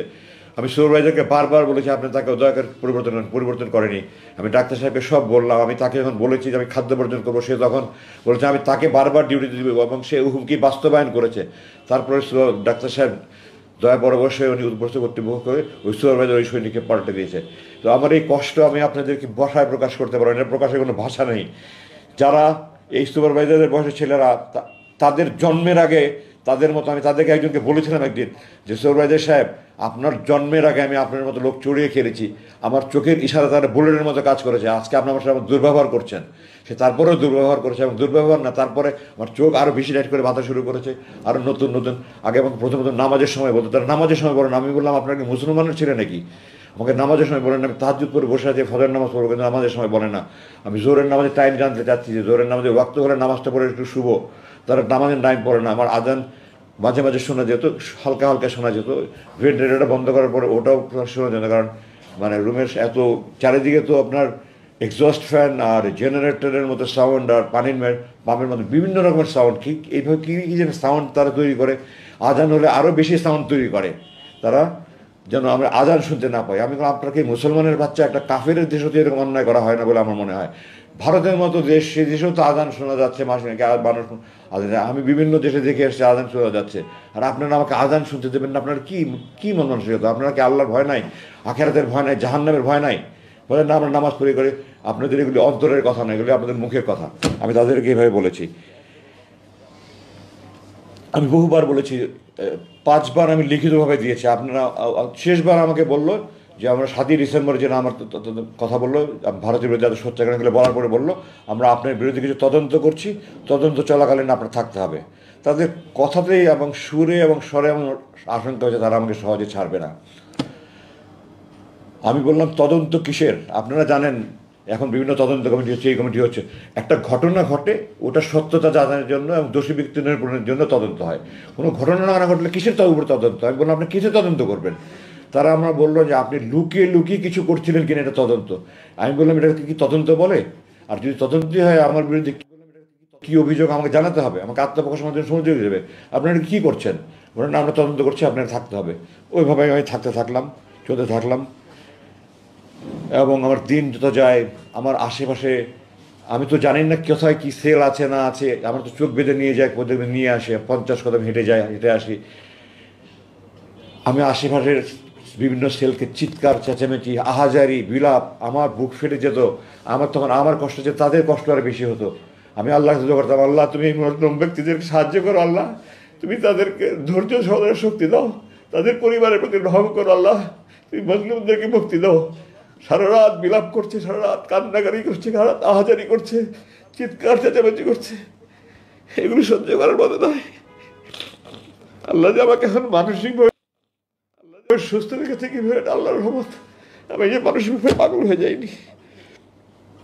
প্রতি রাত ক্রসফায়ারের আতঙ্ক নিয়ে একটা মানুষ যদি দিনের পর দিন, বছরের পর বছর আল্লাহর কাছে দোয়া করে, আল্লাহ এটা যদি আমার শেষ নামাজ হয়, আজকে যদি আমার মৃত্যু হয়, আমাকে ছবিতে মর্যাদা যদি আমার লাশ রক্ষত অবস্থায় আমার পরিবারের কাছে পড়েছে, মা স্ত্রী সন্তানের কাছে, মানুষের অনুভূতি কী হবে? পৃথিবীর সমস্ত কবি সাহিত্যিক মিলে সারা জীবন লেখা শেষ করতে পারবে না, আমি আমার ভাষা প্রকাশ করতে পারবো না। এত কিছুর মধ্যে আমি নিরাশ হইনি। কোরআনে আল্লাহ বলেছে, লা তাকনাতু মির রাহমাতিল্লাহ, তোমরা আল্লাহর সাহায্য থেকে নিরাশ হয়ে না। হতাশা এসেছে, বিষণ্ণতা এসেছে, দিনের পর দিন খাবার খায়নি, মন ভেঙে একেবারে চুরমার হয়ে গেছে। আমি আল্লাহর সাহায্য থেকে নিরাশ হইনি। আল্লাহ আপনাদের দোয়ায় আমাকে সেই শক্তিটা দিয়েছিলেন, এবং আল্লাহ শক্তি দেওয়ার ফলেই এই ছাত্র জনতার এই গণবিপ্লবের মাধ্যমে যে বিজয় অর্জন হয়েছে, এরপরে আমাকে তারা মুক্তি দিতে বাধ্য হয়েছে। এই প্রসঙ্গে আমি একটা কথা একটু গুরুত্বের সাথে বলতে চাই। 2021 সালের মে মাসের আনুমানিক 22 তারিখে, যে একজন আগে পিছু হতে পারে, তাদের একজন কর্মকর্তা আমাকে এসে বলল যে আপনি একটা লিখিত দরখাস্ত করেন যে আমি রাজনীতিতে সম্পৃক্ত হব না, আমি এই দেশে থাকবো না, আমি স্ত্রী সন্তান নিয়ে সুখে শান্তিতে থাকতে চাই, আপনারা আমাকে মুক্তি দেন, আমি বিদেশে চলে যাব। আমি তাদেরকে বললাম, আমি স্বাধীন দেশের স্বাধীন নাগরিক, আপনারা অবৈধভাবে আমাকে অপহরণ করেছেন, অবৈধভাবে আটক করেছেন, আপনারা আমাকে এখানে যে আটকে রেখে জুলুম করছেন, নির্যাতন করছেন, আমি এটা মানব না, মিটিং মিছিল করতে পারছি না। আমি এটার প্রতিবাদে, এই যে আপনারা দেখতে পাচ্ছেন আমি বড় চুল রেখেছি, আমি বলেছি এটা আমার মৌন প্রতিবাদ। আপনারা যখন মৌন প্রতিবাদ দেখেন, মিটিং মিছিল হয় না, শুধু প্ল্যাকার্ড হাতে নিয়ে থাকে, আমি বলেছি এটা মৌন প্রতিবাদ। যতবার এটা দেখবেন আপনাদের যেন মনে হয় আপনারা আমাকে অবৈধভাবে অপহরণ করেছেন, অবৈধভাবে আটক রাখছেন, আপনারা আমার জুলুম করছেন, হারাম কাজ করছেন, এই কথাগুলো যেন আপনাদের বুকে বাঁধে, এ আমার মৌন প্রতিবাদ। তো আমি স্বাধীন দেশের স্বাধীন নাগরিক, এটা আমার ব্যক্তিগত ইচ্ছা, আমি রাজনীতি করব কি করব না, আমি দেশে থাকবো না, আমার মুসলেকে দিয়ে আমি মুক্তি পেতে চাই না। আল্লাহ আমাকে এই সৎ সাহসটুকু দিয়েছিলেন, আমি এটা দৃঢ়তার সাথে বলেছি, তারপরে আমাকে আর কিছু বলেনি। জুলাই মাসের এখন শেষ দিকে আসি। আমি যেখানে ছিলাম সেখানটায় আমি প্রতিদিন প্লেন ওঠার আওয়াজ পেতাম। দৈনিক আপনার যে আমাদের ডোমেস্টিক ফ্লাইট যেটা বলা অভ্যন্তরীণ, ওটার আওয়াজে প্লেনগুলো একরকম, আর যেগুলি বোয়িং আন্তর্জাতিক বিমান ওগুলোর আওয়াজ এখন দুই রকমের আওয়াজে পার্থক্য বুঝতে পারতাম। তো টোটাল দিনে 20 থেকে 22টা প্লেনের আওয়াজ পেতাম। জুলাই মাসের মাঝামাঝি থেকে আমি দেখলাম প্লেনের আওয়াজ কমে গেল। তো আমি ধারণা করলাম হয়তো বাইরে কোনো আন্দোলন টান্দোলন হচ্ছে।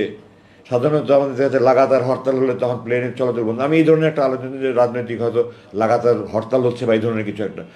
আমাদের দেশের ছাত্র জনতা যে কি এত বিপ্লব ঘটিয়ে দিবে এটা আমি কল্পনাও করতে পারিনি। আমি প্রাউড অফ দ্যাম। আমি আপনাদের কাছে গর্বিতভাবে গর্বের সাথে বলতে চাই যে আমি এই তরুণ ছাত্রদের ব্যাপারে গর্ববোধ বোধ করছি যে আমরা দেখিয়ে দিয়েছি বিশ্বের কাছে আমরা কী করতে পারি। তো আমার কল্পনাও করতে পারিনি যে তারা এত বিশাল কিছু একটা অর্জন করতে পারবে। কিন্তু আমার মনে হচ্ছিল কিছু একটা করতে হচ্ছে, কিছু একটা হচ্ছে। আমি দু একজন একটু জিজ্ঞাসাবাদ করার চেষ্টা করছি, বাট আমি আমার সাথে কথা ছিল যারা রুমে আসবে প্রয়োজনীয় তো একটা কথা বলবেন না। আমি একটু দিনে মাঝে মাঝে তাদেরকে, তারা অনেকে আমার আছে, আমি কোরআন হাদিস পড়ি, আমার কোরআন হাদিসে বিভিন্ন মশলা মশাইল জানতে চেত, নামাজের বিভিন্ন বিষয় জানতে চেত। এগুলি নিয়ে কথা বললে আমার সিসি ক্যামেরা দেখে সুরাইদের হাজির হয়ে যেত। আপনি কথা বলছেন কেন, প্রয়োজনীয় কথা বলছেন কেন? তো আমি বলেছি যে আমি কোনো আজে বাজে কথা বলছেন। ও আমার জিজ্ঞাসাবাদের সময় আমাকে বলছিল যে আপনি সৈনিক যারা ডিউটি করে তাদের আজে বাজে কথা বলবেন না। আমি তাদেরকে বলতাম যে আপনাদের কর্মকর্তারা আমাকে অবৈধভাবে অপহরণ করেছে, অবৈধভাবে আটক করে রেখেছে, এটা হারাম কাজ করে, জুলুম কাজ করে। এটা আমি যারা আমাকে রুম থেকে ডিউটি তারা নিয়ে যেত, খাবার দিত, তাদেরকে মাঝে মাঝে বলতাম। তারা এগুলো উপস্থিত কর্তৃপক্ষ জানানোর পরে আমাদের অফিসাররা বলেছিল, তারা জিজ্ঞাসাবাদের সময় আপনি তাদের আবার আজে বাজে কথা বলেন কেন? তো আমি তাদের দৃঢ়তার সাথে বলেছি আপনারা বাংলাদেশ সেনাবাহিনীতে জিজ্ঞাসা করে আসেন। আমি বাংলাদেশ সেনাবাহিনীতে একটা আদর্শ সেনা কর্মকর্তা হিসেবে দৃষ্টান্ত স্থাপন করার সৌভাগ্য অর্জন আল্লাহ আমাকে সেই সুযোগ দিয়েছেন। আজ আমি কোনো আজে বাজে কথা বলে না। আপনারা বলেন আমি কি হতো একটা বাক্য বলেন আমি কি আজে বাজে? তারা তো এই কথা বলতে পারছে না, মুখ দিয়ে উচ্চারণ করতে পারছে না আমরা অবৈধ কাজ করেছি, অপহরণ কাজ করেছি, এগুলো মুক্তি বলতে পারছে, খালি বলে আজে বাজে কথা বলবেন না। আমি বললাম আমি কোনো আজে বাজে কথা বলি না, যা বলি আমি প্রয়োজনের কথা বলি। ওই সুপারভাইজার এসে বলে যে আপনি প্রয়োজনীয় কথা বলবেন না। আমি বললাম আপনার প্রয়োজন আর আমার প্রয়োজন তো এক না। আমি তাদেরকে আল্লাহ রসুলের কথা বলি, আমি আল্লাহ রসুলের কথা বলেই যাব। আমার যদি মৃত্যু হয় তাও আমি বলে যাব, আপনি যা পারেন করেন। তারপরে শুধু কথা বলুন না আপনি কথা বলেন না, উপরস্থ কর্তৃপক্ষ জানলে অসুবিধা হবে। তো আমি সময় সুযোগ বলতে তারা জিজ্ঞাসা করতে বলতে অনেক সময় আমার মন ভালো থাকলে আমি নিজে থেকে বলতাম। তো জুলাই মাসের 5 তারিখে যে বিপ্লব হয়ে গেছে এটা তো আমি জানি না। আমাকে 5 তারিখ 10:30টার সময় এসে বললো যে আপনাকে ডাক্তারের কাছে নিয়ে যাওয়া হবে। ডাক্তার প্রথমের দিকে সকালের দিকে আসতেন। আমি তো ডাক্তারকে বললাম যে সকালের দিকে তো আমি ফজর নামাজ তাহাজ্জুদ করে ফজর করে ঘুমাই, আমার যদি 2টার দিকে আসে আমার সুবিধা হয়।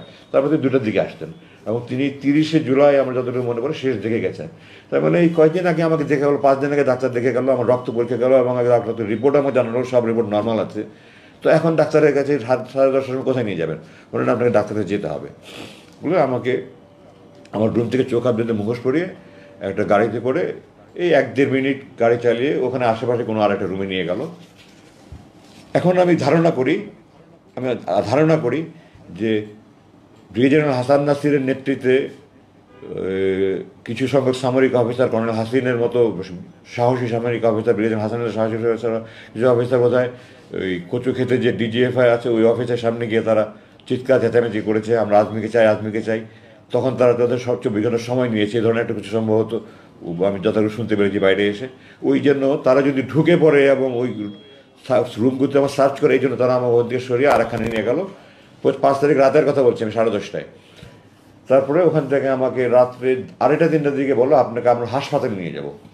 তো আমি বললাম গত 8 বছর থেকে আমি আপনাদেরকে বলছি আমার দাঁত ভেঙে গেছে, আমার 1-2টা দাঁত ভেঙে গেছে, আমার কানে সমস্যা হচ্ছে, আমার চোখে তো চশমা যেটা দেখছেন আমি মুক্তির পরে ডাক্তার দিকে চশমা নিয়েছি, কিছুদিন পরে আমি চশমা পড়তে পারতাম না। আমি বলতাম আমার চোখের চিকিৎসা, তাদের স্পষ্ট জবাব আমার চোখের চিকিৎসা হবে না, দাঁতের চিকিৎসা হবে না, কানের চিকিৎসা হবে না, এখানে রেখে যা করা যায় করা যাবে। ওনাখানে যারা ডাক্তার ছিলেন ওনারা মেডিকেল স্পেশালিস্ট ছিলেন। আমার প্রথমে যাওয়ার পর যখন চোখ বাঁধতো এখানে আমার ঘা হয়ে গেল, তো একটা ওষুধ দিলেন, পরে এটা পুরো মুখ ঘা ছড়িয়ে গেল। যাই হোক পরবর্তীতে ওষুধ ফাংশন আমার ওই মুখে এখনও চারিদিকে অনেক সমস্যা রয়ে গেছে, চামড়ায় হাতে পায়ে চামড়া নানান সমস্যা হয়েছে। তো আমি বললাম যে এত 8 বছর ধরে আমি বলছি আপনাদের কাছে আমাকে হাসপাতালে নিয়ে যান, আপনারা হাসপাতালে নিয়ে যেতেন না, এখন রাত 3টার সময় আপনার হাসপাতালে নিয়ে যেতে কী কথা? তো বলে না যেতে হবে। তো তার যেতে হবে বলে তার কিছু উপায় নেই, চোখ হাত বেঁধে আবার মুখোশ পরে অ্যাম্বুলেন্সে করে যাচ্ছে রাত 3টার দিকে যাচ্ছে আর শেষ নাই।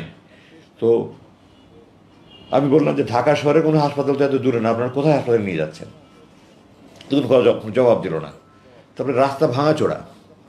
তো আমি বললাম যে ঢাকা শহরের রাস্তা তো এত ভাঙাচোরা না, আপনারা কি আমাকে কোথাও গ্রামের দিকে নিয়ে যাচ্ছেন নাকি?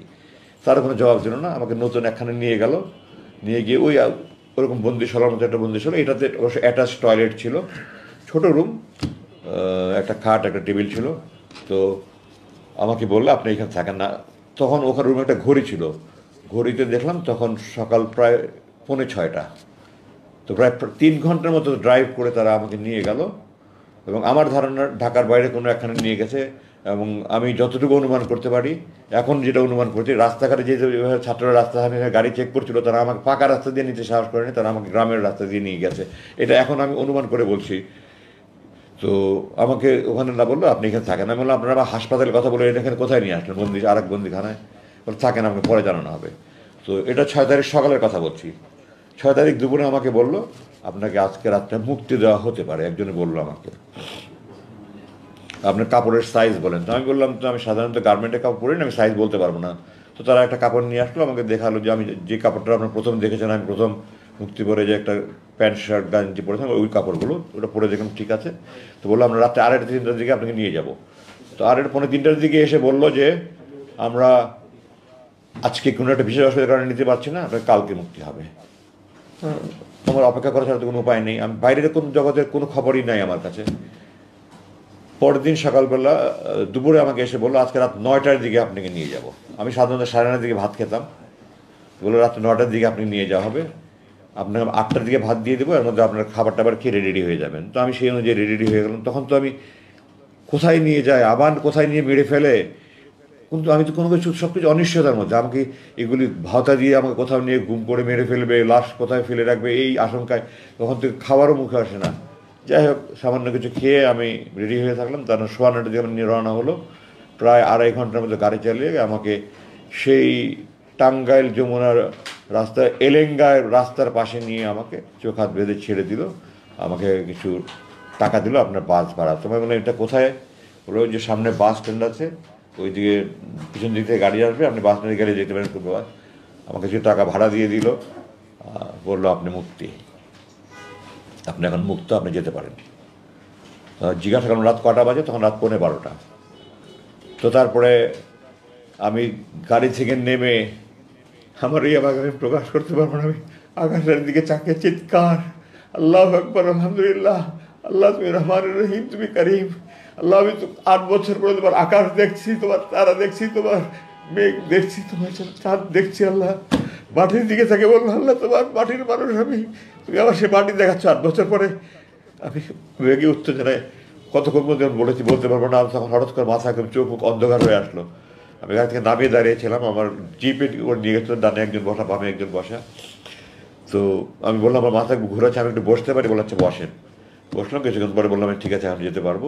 আমি নামলাম, আমার বাবা যে বসা ছিল সে আমাকে হাতে টাকা দিল, আপনি টাকা নেন। তো আমি বললাম এখানে ঢাকার ভাড়া কত? বলে আমি জানি না ঠিক। এখানে কত টাকা? 5,000 টাকা।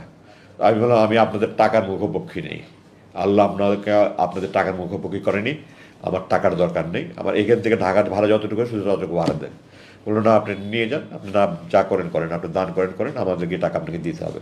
তাদের সাথে 1 সেকেন্ড কথা বলার মতো আমার রুচি ছিল না। তারা আমাকে নামিয়ে দিয়ে চলে গেল। সবাই মুখোশ করা ছিল, যার ফলে দেখার কোনো সুযোগ নেই। আমি খুব সংক্ষেপে বাকি রয়ে শেষ করে দিচ্ছি। মাটিটা একটু এলোমেলো ছিল, উঁচু নিচু ছিল, আমি ঠিকমতো হাঁটতে পারছিলাম না। আবেগে উত্তেজনায় রাস্তা উঁচু নিচু, দুর্বলতার সময় হাঁটতে পারছিলাম না। এর মধ্যে হঠাৎ করে দেখলাম একটা পিছুতে দাঁড়িয়ে এসে ওই সামনে বাস স্ট্যান্ডে দাঁড়ালো। আমার তখন মনে হয় যেন পারলে উড়ে গিয়ে ঝাঁপিয়ে বাসের মধ্যে উঠি। কীভাবে যে আমি 100 গজের মতো রাস্তা দৌড়ে ওই অবস্থা পার হয়েছে আমি এখন কল্পনা করতে পারি না। দৌড়ে গিয়ে জিজ্ঞাসা করলাম আপনাকে ঢাকা যাবেন? আমরা ঢাকা যাবো না, চিরাং যাবো। আপনি ঢাকায় কোথায় যাবেন? আমি বললাম আমাকে টেকনিক্যাল মোড়ে যদি নামিয়ে দিতে পারেন বা বাপতলি মোড়ে, টেকনিক্যাল মোড়ে নামাবো, আপনি উঠেন। তো আমি বাসে উঠলাম, উঠে পিছনের দিকে গিয়ে একজনের কাছে বললাম যে আমার তো মোবাইল নম্বর না, আমার 2টা নম্বর ফোন নাম্বার আমার জানা ছিল, আমার স্ত্রীর নাম্বার আর আমার চাচাতো ভাইয়ের নাম্বার, এই নাম্বার দুটো মনে ছিল। আমি দুজনকে ফোন করে বললাম, তারা আরও লোকজনকে নিয়ে তারা ওখান থেকে টেকনিক্যাল মোড়ে এসে আমাকে ওখানে নামিয়ে নিল। তারপরে তো ওখান থেকে আমি প্রথমে হাসপাতালে নিয়ে আমাকে কিছু চেক আপটা করে আমি 7 তারিখ রাতের কথা বলছি, এটা 8 তারিখ ভোর নাগাদ আমি বাসায় গিয়ে পৌঁছালাম। ওই 7 তারিখ রাতে সারা রাত ঘুম নাই, 8-9 তারিখেও আমার সারা রাত ঘুম নাই, আত্মীয় স্বজন সব আসছে। 9 তারিখ রাতে আমি অজ্ঞান হয়ে গেলাম, তারপরে আমাকে হাসপাতালে নিয়ে আসা হলো। আমি তখন থেকে চিকিৎসাধীন আছে, আমার শরীরে নানা রকমের সমস্যা, বড় খুব বেশি সমস্যা না হলে নানা রকমের সমস্যায় ভুগছি, এগুলো চিকিৎসা চলছে। আমি এই চিকিৎসার কারণে আপনাদের কাছে আসতে বিলম্ব হলো আমার। আমার মোটামুটি এই ছিল আমার বন্দি জীবনের দুর্দশার কথা। আমি আমার বাকি খুব সংক্ষিপ্ত ভাবে শেষ করব। আমি এখানে বলতে চাই আমার মূল দুটা কারণে তারা আমাকে ধরে রেখেছে। এক, আমার পৈতৃক পরিচয়, আমার পারিবারিক পরিচয়। দুই, আমি ভারত বিরোধী। এবং এটা স্পষ্ট যে আমি বিদেশি চক্রের গভীর ষড়যন্ত্র শিকার হিসাবে তারা আমাকে আটকে রেখেছিল। মুক্তির সিদ্ধান্ত দেওয়ার পরেও বিদেশি প্রভুদের হুকুমে আমাকে আটকে রাখা হয়েছিল। আমি আমার নিজের ঢোল পিটাতে চাই না, কিন্তু আমার বরখাস্তর কাহিনী আপনাদেরকে না বললে আপনারা বুঝবেন না। আমাকে এই সরকার যখন 96 থেকে 2000, এই বিগত সরকার, এর আগে 96 থেকে 2001 আমার বাংলাদেশ সেনাবাহিনীর মিলিটারি একাডেমি যেমন থেকে প্রশিক্ষণ হয়, ওখান থেকে আমার যে রেজাল্ট, আমাকে আল্লাহর দয়া, বাবার দোয়া করে দিয়েছে। আমার জানা মতে বাংলাদেশ সেনাবাহিনীর এই রেজাল্টকে ভঙ্গ করতে পারেনি। আমার সারা চাকরি জীবনে আমার যে রেজাল্ট করেছি, আমার জানা নেই কেউ আমার থেকে ভালো রেজাল্ট এরকম করেছে কি না। আমি মাফ করবেন, আমি কখনো আত্মপ্রচার করেন, প্রসঙ্গক্রমে বলছি, 96 থেকে 2001 ক্ষমতা থাকাকালীন আমার সম্পূর্ণ সময় আমার এই বিগত সরকার লেফটেন্যান্ট কর্নেল থেকে কর্নেল র্যাঙ্কে, মেজর থেকে লেফটেন্যান্ট কর্নেল র্যাঙ্কে প্রমোশন আটকে রেখেছিল আমাকে। 2001-এ বিএনপি ক্ষমতা আসার পরে 2002-এ আমি লেফটেন্যান্ট কর্নেল র্যাঙ্ক পদে প্রমোশন পাই। এবং 1998 সালে আমার বাবা একদিনের জন্য, আমার স্ত্রী অসুস্থ, আমি অসুস্থ, আমার 8 মাসের ছিল অসুস্থ, আমার বাবার চট্টগ্রামের প্রোগ্রাম ছিল। তো আমার মা আমার বাবার সাথে গিয়েছিলেন যে আমার মাকে বাসায় নামিয়ে রেখে সকালে চলে যাবেন।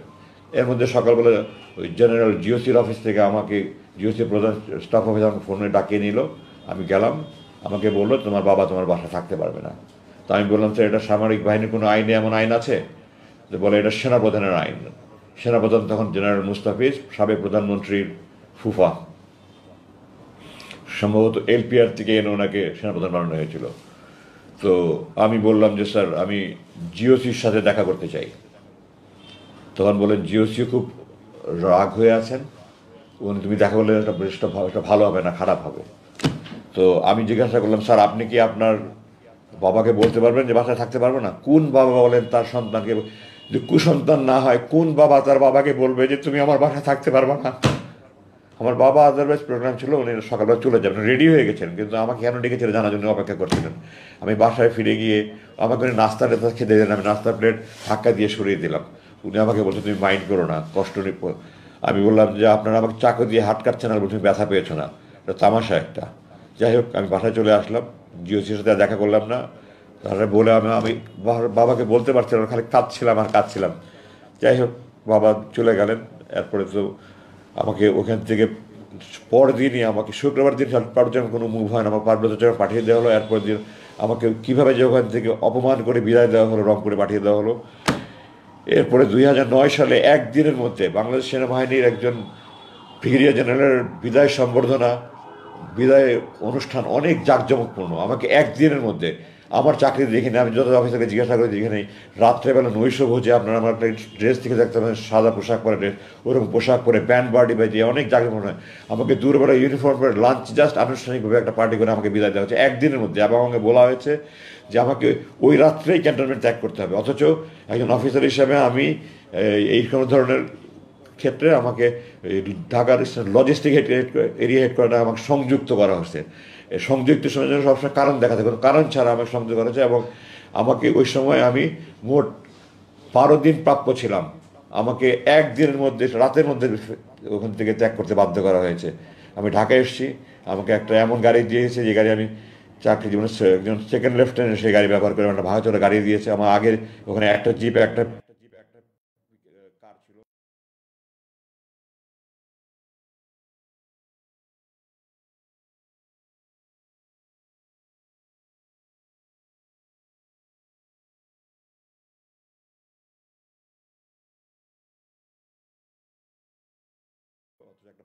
কার ছিল, অথচ একটা ভাঙাচোরা গাড়ি দিয়েছে। এবং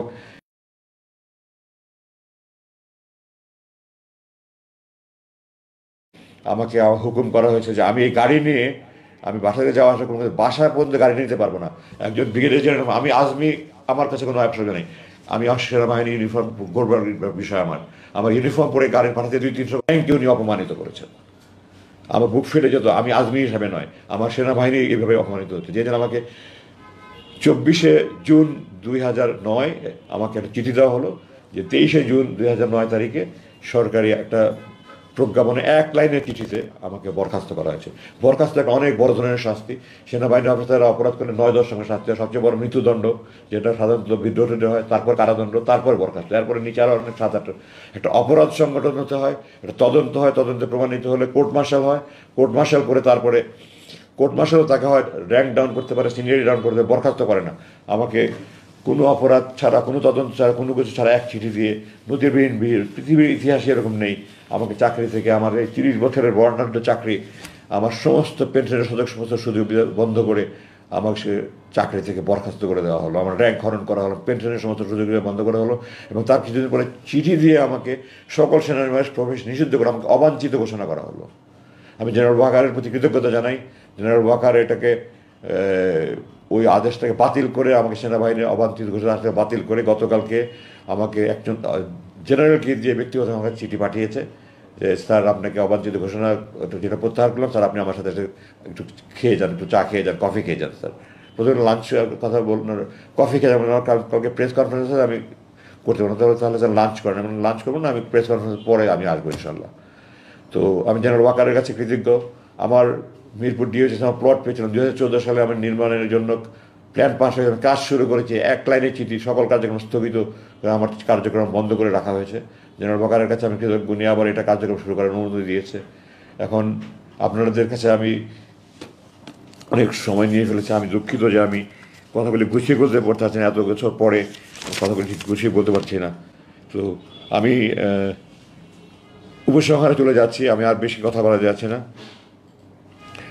এই বৈষম্য বিরোধী ছাত্র আন্দোলন ও জুলাই 2024 ছাত্র জনতার সবল বিপ্লব সিক্ত নতুন বাংলাদেশ আমাদের জন্য বিপুল সম্ভাবনার নতুন দ্বার খুলে দিয়েছে। বর্তমান সরকারের প্রতি আমার কয়েকটা আবেদন আছে। 1 নম্বর, সকল গুম, খুন, হত্যা, ধর্ষণ, রাহাজানি, জুলুম, নির্যাতন, নিপীড়নের দোষীদের বিরুদ্ধে আইনানুগ ব্যবস্থা গ্রহণ করুন। ভবিষ্যতে যেন আর এই ধরনের কোনো ব্যবস্থা না, তার প্রতিকার করুন, তার জন্য প্রযোজ্য আইন প্রতি করুন। আর কোনো বাবা মার বুক যেন খালি না হয়ে যায়। আমার মা 2-3 বছর হজরত ইউসুফ ইসলাম যখন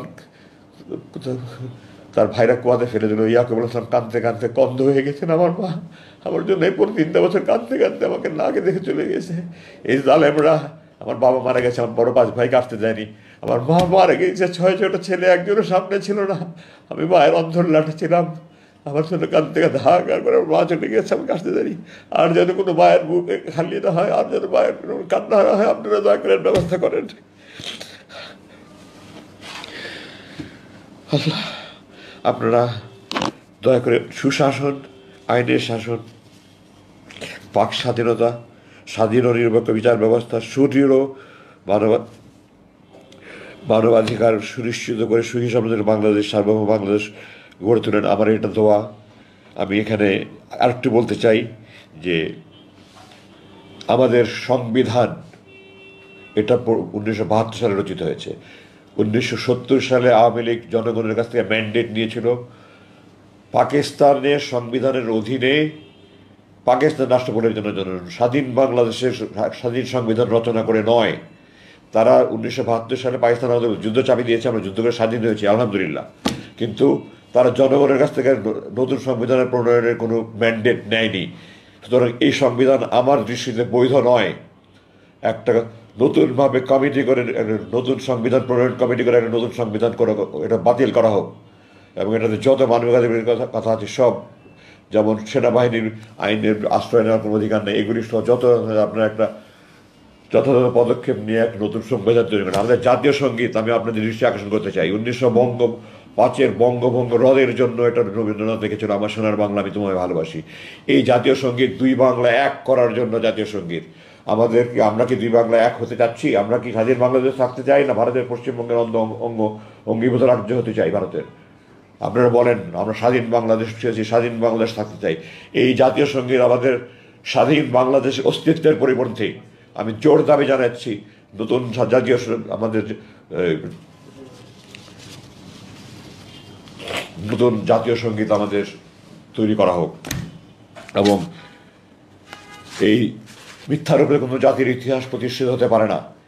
একজন মুখের কথার উপরে কোনো ব্যক্তির জাতির ইতিহাস আল্লাহ কোরআনে বলেছেন আল্লাহর একত্বে, আল্লাহর পূর্ণত্বে, আল্লাহর অস্তিত্বে বিশ্বাস করতে হবে, না হলে জাহান্নামে যেতে হবে। আল্লাহর একত্ব, পূর্ণত্ব, অস্তিত্ব বিশ্বাস আল্লাহ শত শত আয়াত নাজিল করেছেন।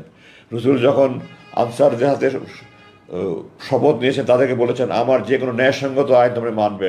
রসুল জানতেন উনি কোনো অন্যায় আজাদ দেবে না, আনসাররাও জানতো আমরা কোনো যিনি অন্যায় দেবে না, তারপরেও এটা উনি রসুল বলেছেন।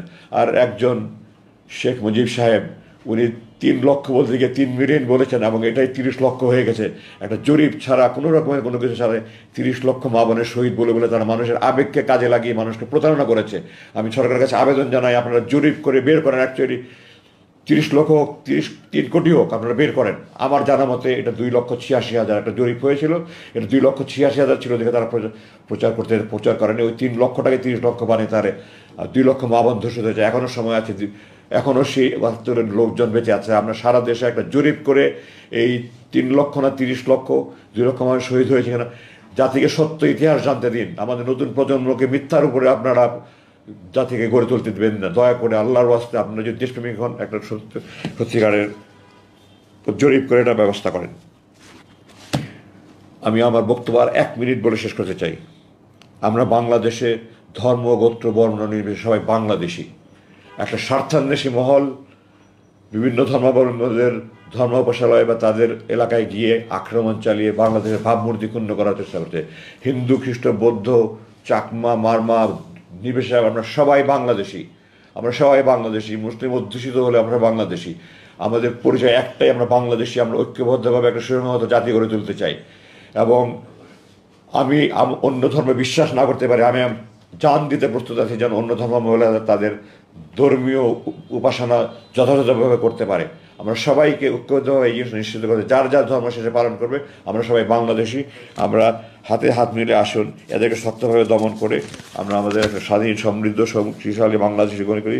আমাদের স্বপ্নের বাংলাদেশ তৈরি, আমাদের প্রাণ দিয়ে, বহু প্রাণের বিনিময়ে এই অর্জিত বাংলাদেশ, নতুন দ্বিতীয় বাংলাদেশ, স্বাধীনতার যে শহীদ এবং বীরত্বপূর্ণ যারা কাজ করে তাদেরকে যথাযথ খেতাব দিয়ে পুরস্কৃত করে আমাদের যার যার দায়িত্ব পালন করে আমরা একটা সুখী, সমৃদ্ধ, আমাদের প্রাণের বাংলাদেশ, সুখের বাংলাদেশ, সমৃদ্ধশালী বাংলাদেশ গড়ে তুলি, এই আবেদন রাখি।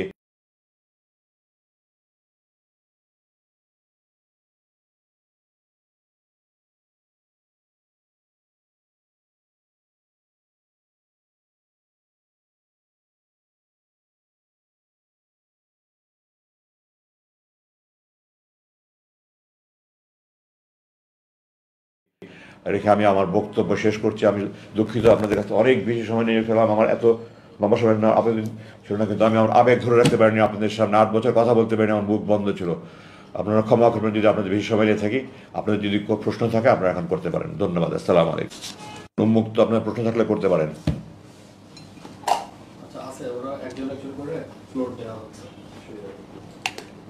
আমি প্রশ্নটা পরিষ্কার শুনতে পাবো তো?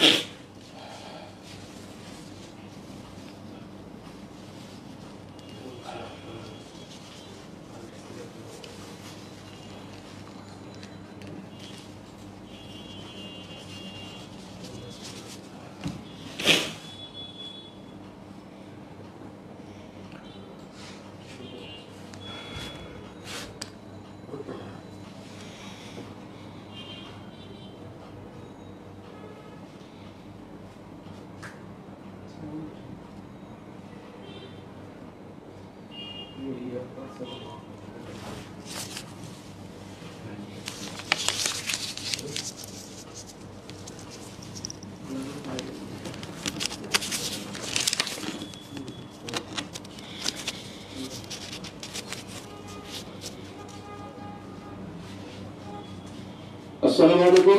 ওয়ালাইকুম I'm আসসালাম। in the program study.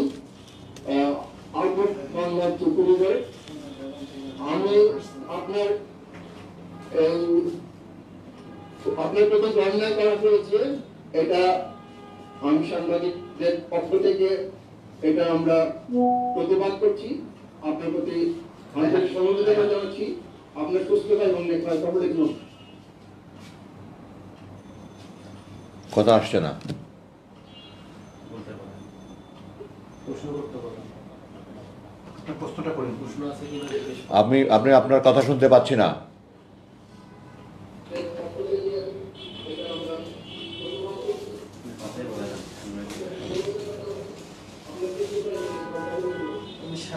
আপনাকে যে এই অনলাইনভাবে আটক করা হলো এবং দীর্ঘদিন আপনি এই গুম অবস্থায় ছিলেন, তো আমার প্রশ্ন হচ্ছে যে আপনি কেন আপনার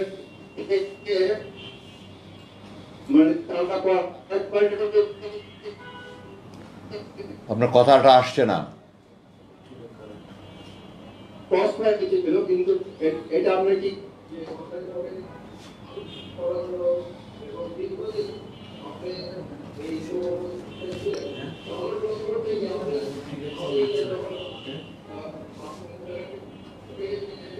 ডিস্টার্ব করছে কেন? আমার এখানে তো ভালো কথা। আমার শেষ প্রশ্ন হচ্ছে আপনি বাংলাদেশ সেনাবাহিনীর কাছে আপনার প্রস্তাবে সেনাবাহিনী আপনি মানসিকভাবে নির্যাতিত হয়েছে এবং সেখানে আপনাকে পদোন্নতি এবং আর্থিকভাবে বঞ্চিত করা হয়েছে, সেনাবাহিনীর কাছে আপনার কি প্রত্যাশা? ধন্যবাদ। আচ্ছা, ধন্যবাদ। আপনার নামটা বোধহয় সম্ভবত সাদি বলেছিলেন, সাদি সাহেব, ধন্যবাদ। আমার সেনাবাহিনী আমার প্রাণের সংগঠন। আমি আপনাদের কাছে একটা কথা স্পষ্টভাবে বলে দিতে চাই, সেনাবাহিনী এদেশের ঐক্যের প্রতীক, এদেশের মানুষের আশা আকাঙ্ক্ষার প্রতীক। সেনাবাহিনী এদেশের সেনাবাহিনী এবং দেশপ্রেমিক সেনাবাহিনী। আমার সাথে যে সমস্ত অন্যায় বিচার করা হয়েছে সেনাবাহিনীর কোনো আইনের বলে করা হয়নি। এগুলি কিছু অসাধ্য অফিসার, কিছু স্বার্থান্বেষী অফিসার, কিছু বিদ্বেষপূর্ণ মনোভাবপূর্ণ অফিসার আমাকে বিভিন্ন সময় বিভিন্ন রকমভাবে ভুগিয়েছে আমার পৈতৃক পরিচয়ের কারণে, আমার ভালো রেজাল্ট থাকা সত্ত্বেও। আমার সেনাবাহিনীর ব্যাপারে আপনারা ভুল বুঝবেন না প্লিজ। আপনারা আমার সেনাবাহিনীকে দোষ দেবেন না। আমার সেনাবাহিনী আমার প্রাণের সংগঠন। আপনারা সেনাবাহিনীকে ভুল বুঝলে আমি কষ্ট পাবো। সেনাবাহিনীর কোনো দোষ নেই, এটা ব্যক্তির দোষ। আমাদের দেশ, আমরা ব্যক্তি স্বার্থের ঊর্ধ্বে অনেকে উঠতে পারি না। তো ব্যক্তি স্বার্থ, বিদ্বেষ, এগুলোর উপর অনেক আমরা উঠতে পারি না। এই কারণে কিছু কিছু ব্যক্তি আমার প্রতি অন্যায় করেছে, জুলুম করেছে, এগুলো তাদের ব্যক্তিগত দোষ, সেনাবাহিনীর কোনো দোষ নেই। এবং বর্তমান সেনাবাহিনীর প্রধান উনি আমাকে দেখা করেছেন এবং আমাকে উনি দাওয়াত দিয়েছেন ওনাকে যাওয়ার জন্য। আমি হয়তো ইনশাআল্লাহ কিছুক্ষণ পরে ওনার আপনাদের শেষ করে যাব। উনি আমাকে প্রতিশ্রুতি দিয়েছেন আমার সাথে যা যা অন্যায় হয়েছে সব কিছুর উনি প্রতিকার করবেন। যেমন আমি অলরেডি আপনাকে উদাহরণ দিয়ে আমাকে অবাঞ্ছিত ঘোষণা করা হয়েছিল, উনি এটা প্রত্যাহার করে অলরেডি চিঠি দিয়ে একজন জেনারেলকে পাঠিয়েছেন, লেফটেন্যান্ট জেনারেলকে পাঠিয়েছেন। হাতে হাতে আমার কাছে গতকালকে এটা হস্তান্তর করা হয়েছে। উনি আমাকে যে গুম করেছিল, কারা করেছিল, এর জন্য উনি একজন লেফটেন্যান্ট জেনারেল র্যাঙ্কের অফিসারকে চেয়ারম্যান করে, একজন মেজর জেনারেল র্যাঙ্ক এবং 3জন ব্রিগেডিয়ার জেনারেল র্যাঙ্কের অফিসারকে যে একটা কমিটি করে শুধুমাত্র আমার ব্যাপারটা তদন্ত করার জন্য উনি কমিটি করে দিয়েছেন। এটার জন্য আমি ওনার কাছে কৃতজ্ঞ। আমার বিল্ডিং নির্মাণ স্থগিত ছিল, ওটার জন্য উনি পারমিশন অলরেডি দিয়ে দিয়েছেন, কাজ ইনশাল্লাহ শীঘ্রই শুরু হয়ে যাবে। এটার জন্য আমি ওনার কাছে কৃতজ্ঞ। উনি আমার পেনশনের ব্যাপার উনি আমাকে আশ্বাস দিয়েছেন, ওনার পক্ষে সর্বাত্মক যা কিছু সম্ভব করার উনি করবেন। এবং আমি ওনাকে বলেছি যে আমি ব্রিগেডিয়ার জেনারেল র্যাঙ্কে অবসরপ্রাপ্ত আমি গ্রহণ করব না। আমি ব্রিগেডিয়ার র্যাঙ্কে যে আমাকে বরখাস্ত করা হয়েছে, আমি সেই বরখাস্তর আদেশ প্রত্যাহার করতে হবে। দ্বিতীয়ত আমাকে চাকরিতে পুনর্বহাল দেখাতে হবে। তৃতীয়ত আমি আমার ব্যাচে আমি প্রথম স্থানান্তর করেছি, সমস্ত রেকর্ড রেজাল্ট আমার তাদের কাছে আছে। আমার ব্যাচমেটরা যারা 50 মেধা তালিকা 50তম তারা যে মেজর জেনারেল লেফটেন্যান্ট জেনারেল হয়েছে, তো আমার ব্যাচমেটে যেদিন মেজর জেনারেল র্যাঙ্কে প্রমোশন পেয়েছে সেই দিন আমাকে মেজর র্যাঙ্ক প্রমোশন দেখাতে হবে। আমার ব্যাচমেটে যেদিন লেফটেন্যান্ট র্যাঙ্কে পদোন্নতি হয়েছে আমাকে সেই দিন লেফটেন্যান্ট র্যাঙ্কে পদোন্নতি দেখাতে হবে। এবং আমার সরকারি চাকরির সম্পূর্ণ সময়সীমা যে 59 বছর, 1 বছর এলপিআর সহ আমাকে পূর্ণ সময়ের সকল সুবিধা সহ আমাকে অবসরে দেখাতে হবে। আমি এর থেকে কম কোনো কিছু গ্রহণ করবো না। এর থেকে যদি এটা না করা হয় তাহলে আমি আইনে আশ্রয় নেব। এবং উনি আমাকে প্রতিশ্রুতি দিয়েছেন যে উনি ওনার সাধ্যের মধ্যে থাকে উনি এটা করবেন, ওনার সাধ্যের মধ্যে না থাকলে উনি প্রয়োজনে উনি এই তত্ত্বাবধায়ক সরকার প্রধানের সাথে কথা বলে উনি এটা ব্যবস্থা করবেন, এই ধরনের আমাকে উনি প্রতিশ্রুতি দিয়েছেন। আমাকে আশা করি, আমি জেনারেল ওয়াকারকে ব্যক্তিগতভাবে অত্যন্ত স্নেহ করি, সে আমার ছাত্র ছিল, আমি তাকে ভালোবাসি, সে একটা ভালো মানুষ এবং দেশপ্রেমিক মানুষ, না হলে আজকে যে ভূমিটাকে সে পালন করেছে এটা করতো না। এবং আমি দৃঢ়ভাবে বিশ্বাস করি যে প্রতিশ্রুতি দিয়েছে সেই প্রতিশ্রুতি পালন করবেন। তো আশাবাদী, ইনশাআল্লাহ আপনারা দোয়া করেন আমার প্রত্যাশা যেন পূরণ হয়, উনি যেন ওনার দায়িত্ব পালন করে আমাকে আমার যে ক্ষতিপূরণ হয়েছে এই ক্ষতিপূরণগুলি উনি করে দিতে পারেন। ধন্যবাদ। জি ভাই, নেক্সট প্রশ্ন করেন, নেক্সট প্রশ্নটা করেন, নেক্সট প্রশ্নটা করেন। জি নেক্সট প্রশ্নটা করেন, এখানে করেন।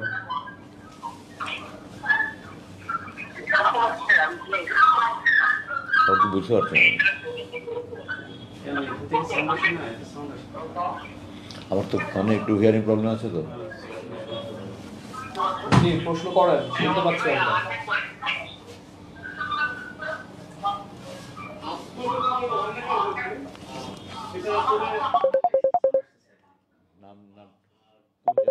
সেটা আর দ্বিতীয়ত আপনাকে নতুন জীবনে ফিরে আসার জন্য স্বাগত।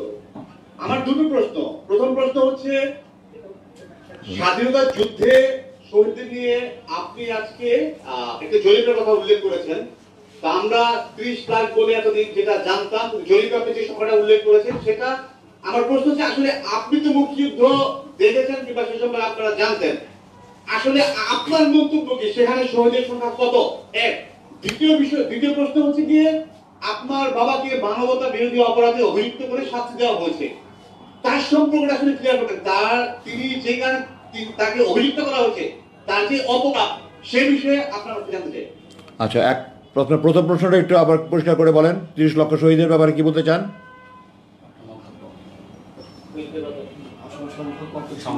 স্বাধীনতা যুদ্ধের শহীদদের সংখ্যা নিয়ে আপনি যে মানে ইনফরমেশনটা যেটা দিলেন, জরিপের সংখ্যা, আমার প্রশ্ন হচ্ছে আপনার মতে স্বাধীনতা যুদ্ধের শহীদের সংখ্যা কত ছিল, সেটা হচ্ছে আমার প্রথম প্রশ্ন। এটা তো জরিপ ছাড়া বলা সম্ভব নয় ভাই। এটা আপনার 10ই জানুয়ারি শেখ সাহেব যখন এসে ঢাকায় নামলেন, তখন বিবিসির সাংবাদিক ডেভিড ফ্রস্টের কাছে বলেছে এবং উনি স্পষ্ট বলেছেন, ডেভিড ফ্রস্ট সাক্ষাৎকার নিয়েছে এবং উনি স্পষ্ট বলেছেন, আপনারা দেখেন, আপনি 266 দিনের স্বাধীনতা এবং নুরুল বইয়ে পাবেন আপনারা, যে উনি স্পষ্ট বলেছেন একটা জরিপ হচ্ছে। তখন তাকে জিজ্ঞাসা করা হয়েছে যে আপনার অনুমান কত। তো শেখ সাহেব তো 10 তারিখে মুক্তি পেয়ে লন্ডনে ভারত থেকে হয়ে ঢাকায় এসছেন, ওনার তো তখন অনুমান করার কোনো সুযোগ ছিল, উনি জানতেনই না দেশে কী হয়েছে। তো ওনাকে কেউ একজন বলেছে 3 লাখ, উনি, আমি যতটুকু জেনেছি, এবং উনি 3 লাখটাকে, মানে বাংলায় যেমন লাখের পরে হাজারের পরে লাখ, উনি থাউজেন্ডের পরে মিলিয়নের মধ্যে যে পার্থক্য, হাজারের পরে লাখের 2টা শূন্য আর থাউজেন্ডের পরে মিলিয়নের মধ্যে 3টা শূন্য, এইটার ওনার জানা ছিল না। এই কারণে উনি 3 মিলিয়ন বলেছেন। 3 লাখ টাকায় সেইভাবে 30 লাখ হয়ে গেছে। এটা 3 লাখটাও সঠিক সংখ্যা নিয়ে কিনা, 5 লাখ হোক 10 লাখ হোক, একটা সঠিক জরিপ হতে হবে। জরিপ না হয়ে একজন ব্যক্তির কথার উপরে একটা দেশের ইতিহাস তৈরি হতে পারে না, তিনি যেই হোক। আল্লাহর কথার উপরে, আল্লাহর নিজের অস্তিত্বের উপরে যেন আল্লাহ এতগুলো প্রমাণ দিতে পারে, রসুল যদি এরকম কথা বলতে পারে, তাহলে একজন ব্যক্তি, আমি ওনার ব্যক্তিগত জীবন নিয়ে আমি কথা বলতে চাই না, আপনার ওনার আত্মজীবনী পড়লে অনেক কিছু জানতে পারবেন। শেখ সাহেবের অসমাপ্ত আত্মজীবনের বইটা পড়ে দেখেন আপনি, উনি দেখেছেন, উনি 22 বছরে 3rd ডিভিশনে ম্যাট্রিক পাস করেছেন। এগুলো ওনার নিজের লেখা, আমার কথা না, আপনারা পড়ে দেখেন। যাই হোক, উনি 3 লাখ বলতে গিয়ে 3 মিলিয়ন বলেছেন, ওটা 30 লাখ হয়েছে। 3 লাখ হোক, 30 লাখ হোক, 3 কোটি হোক, একটা জরিপ ছাড়া এই ধরনের কোনো সংখ্যা প্রতিষ্ঠিত হতে পারে না, সেটা স্পষ্ট। সুতরাং আমার উত্তরে আর কোনো এখানে সন্দেহ থাকার অবকাশ নাই, এটা জরিপ হবে। এখনও 71 প্রজন্মের বহুত লোক আছে ওখানে, তখন বেঁচে ছিল। সারা বাংলাদেশে একটা আনুষ্ঠানিক জরিপ হয়ে এটা সরকার প্রকাশ করবে। আপনার দ্বিতীয় প্রশ্ন উত্তর আপনিই বলে দিয়েছেন, এটা অপবাদ, তো আমার তো আর কিছু বলা থাকে না। উনি যদি কোনো অপরাধ করে থাকতেন, আপনারা যারা ট্রাইব্যুনালে, আমি ওনার পক্ষে সাক্ষী দিয়েছি, তারা 16-17 জন সাক্ষী দিয়েছে। ট্রাইব্যুনালের চেয়ারম্যান খোলা আদালতে বলেছে যে সরকার পক্ষ ওনার বিরুদ্ধে কোনো অভিযোগ প্রমাণ করতে পারেনি। আমি বিস্মিত যে একজন বিচারক এই কথা বলার পরে উনি বলেছেন যে উনি নিজে খতিয়ে দেখেছেন। বিচারক কি কোনো দিন অভিযোগ আসলেই তাকে মানে শাস্তি দিতে হবে, এটা বিচারকের কাজ, নাকি বাদী পক্ষ প্রমাণ করতে পারলে বিচারকের কাজ? আমি আপনার কাছে প্রশ্ন রাখছি, বিচারকের কাজ হলো বাদী পক্ষ যদি প্রমাণ করতে পারে, যদি বাদী পক্ষ প্রমাণ করতে পারে, তাহলে প্রমাণ রায় দিবে, না হলে খালাস দিবে। উনি খোলা আদালতে, যারা ছিল আপনি জিজ্ঞাসা করে দেখতেন, খোলা আদালতে বলেছে বাদীর পক্ষ কিছু প্রমাণ করতে পারেনি, ওনার অভিযোগ প্রণীত হয়নি। কিন্তু উনি এটাও বলেছেন যে ওনারা তদন্ত করে দেখেছেন, কি তদন্ত করেছেন না করেছেন এটা কোনো পরিষ্কার নয় আমাদের কাছে। তো এটার উপরে উনি রায় দেওয়া একটা হাস্যকর ব্যাপার। এটা একটা প্রহসনের ট্রাইব্যুনাল, এটার মধ্যে শুধু ইন্টারন্যাশনাল ক্রাইমস ট্রাইব্যুনালের মধ্যে শুধু ইন্টারন্যাশনাল শব্দটাই ইন্টারন্যাশনাল, আর কোনো কিছু ইন্টারন্যাশনাল নয়। আপনার ট্রাইব্যুনালের প্রথম চেয়ারম্যান ছিল যে নাসিম সাহেব, সম্ভবত আমার নামটা যদি ভুল না বলে থাকে, উনি যে স্কাইপ কেলেঙ্কারি করেছে এটা আপনারা জানেন। এবং উনি 91 সালের যখন জামাত বিএনপিকে সমর্থন দিল, আওয়ামী লীগ 3টা মন্ত্রী 7টা মহিলা এমপি পদ অফার করার পরেও তাদেরকে সমর্থন না দিয়ে জামাত বিএনপিকে সমর্থন দিল। তারপরে তারা আওয়ামী লীগ তাদের বি টিম দিয়ে তারা একটা ঘাতক নন কমিটিকে প্রতীক বিচার করলে, তারা রায় করলো। তখনও কিন্তু তারা ওনাকে যুদ্ধাপরাধী বলেনি, তারা ঘাতক বলেছে, সারা জীবন তারা ঘাতকই বলেছে। হঠাৎ করে তারা 1971-এ 30 বছর পরে কেন তারা এই মুক্তি ইয়ার নাম দিল, যুদ্ধাপরাধের নাম দিল? আমি চাই যুদ্ধাপরাধীতে বিচার হোক। আপনারা কেন 195 জন যুদ্ধাপরাধীকে বিনা অপরাধ মুক্তিতে ছেড়ে দিলেন? শেখ সাহেব, যারা পাকিস্তানের অখণ্ড পাকিস্তানের পক্ষে ছিলেন, শেখ সাহেব তাদেরকে দালাল আইন করেছিলেন। কয়েকজনের বিচার করার পরে কোনো সাক্ষ্য প্রমাণ না পেয়ে উনি ওই আইন বাতিল নিজেই করে দিয়ে গেছেন। তারপর স্বাধীনতা এটার পর কী ধরনের তামাশা! আমি তো মনে করি এখানে বিদেশি চক্রের ষড়যন্ত্র আছে। আর ওনার বিরুদ্ধে এত তো প্রচারণা করার পরে ওনার যেই বর্ণাঢ্য জানাজা হয়েছে, এই দেশের মানুষ যে ওনাকে রাজকীয়ভাবে বিদায় করে দিয়েছে, এটা প্রমাণ করেছে এই দেশে উনি ইতিহাসের মুকুটহীন রাজা। আমি দৃঢ়ভাবে বলতে চাই, উনি ইতিহাসে বাংলাদেশের না, শুধু উনি একজন সর্বকালের, আমি বলবো না বিবিসি জোর করেছে সর্বকালের, এটা তো তার তামাশা। সর্বকালের ভবিষ্যতের কথা তারা জানে কেমনে? অদৃশ্যের মালিক আল্লাহ, গায়ে ভবিষ্যতের মালিক আল্লাহ। সুতরাং বিবিসি সেই সর্বকালে সর্বশ্রেষ্ঠ বাংলা জরিপ করেছেন, এটা হাস্যকর। তারা ভবিষ্যতের কথা বলতে পারে না, আজকে থেকে 100 বছর পরে কোনো ভালো বাঙালি হবে কিনা। তো বিবিসির মতো তো বলছেন কী করে এই ধরনের টাইটেল দিয়ে তামাশা করে আমি জানি না। কিন্তু আমি দৃঢ়ভাবে বলতে চাই, অধ্যাপক গোলাম আজম ইতিহাসের সর্বশ্রেষ্ঠ বাঙালি। উনি একজন মেধাবী ছাত্র, স্কুলে বরাবর ফার্স্ট হয়েছেন, এসএসসি থেকে মাস্টার্স পর্যন্ত উনি মেধা তালিকায় পাশ করেছেন। উনি ডাকসুর জিএস ছিলেন, উনি ফজলুল ভিভি ছিলেন, উনি রাষ্ট্রভাষা পাকিস্তান সরকারের কাছে আনুষ্ঠানিকভাবে উনি প্রথম ব্যক্তি ডাকসুর জিএস হিসাবে উনি পাকিস্তানের প্রধানমন্ত্রীর কাছে লিয়াকত আলী খানের কাছে ঢাকা ইউনিভার্সিটি বিশ্ববিদ্যালয়ের জিমনেশিয়ামের মাঠে ছাত্র জনতার তুমুল করাতেন। উনি মেমোরেন্ডাম পেশ করেছেন। উনি ভাষা আন্দোলনের করতে গিয়ে 52 সালে জেল খেটেছেন, 48 সালে জেল খেটেছেন, 55 সালে ওনাকে জেল করা হয়েছে, ওনাকে চাকরি থেকে বহিষ্কার করা হয়েছে। তো ওনার অবদান এই দেশে গণতন্ত্র নেই। উনি 1951 সালে আপনার বিএনপি জামাত যদি বিএনপি আওয়ামী লীগ কাউকে মানে কোনো সমর্থন না দিত, তাহলে এই দেশটা গণতান্ত্রিক ক্রাইসিস হয়ে যেত। এই গণতান্ত্রিক উত্তরণের জন্য উনি বিনা শর্তে বিএনপিকে সমর্থন দিয়েছেন। অধ্যাপক গোলাম আজমের অবদান দেশের রাজনীতিতে একদিন মানুষ এখন না বুঝলে বুঝবে।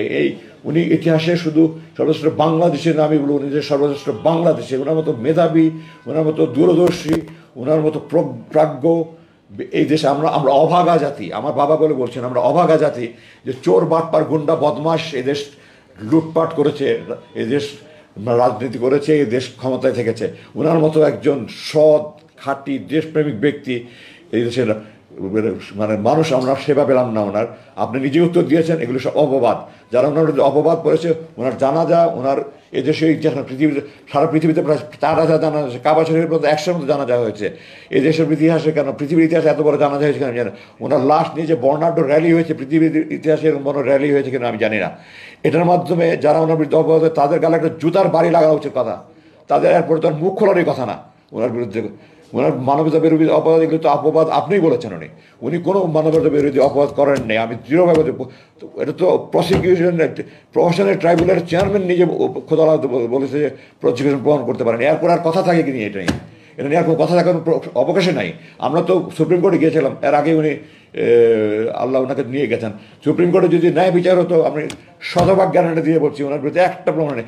ওনার বিরুদ্ধে নাগরিকত্ব মামলায় সরকার পক্ষ হেরে গিয়ে আপিল বিভাগ আপিল বিভাগের 5 জন বিচারপতি সর্বসম্মতভাবে ওনাকে বলেছে ওনার বিরুদ্ধে কোনো মানবাধিকার অপরাধে নেই, সর্বসম্মতভাবে ওনার পক্ষে রায় দিয়ে উনি নাগরিক হয়েছেন, এই দেশের নাগরিকত্ব ফিরে পেয়েছেন। 23 বছর জুলুমে করে ওনার নাগরিকত্ব হরণ করে রাখা হয়েছিল, জনগণের নেতাকে জনগণের দূরে সরে রাখা হয়েছিল।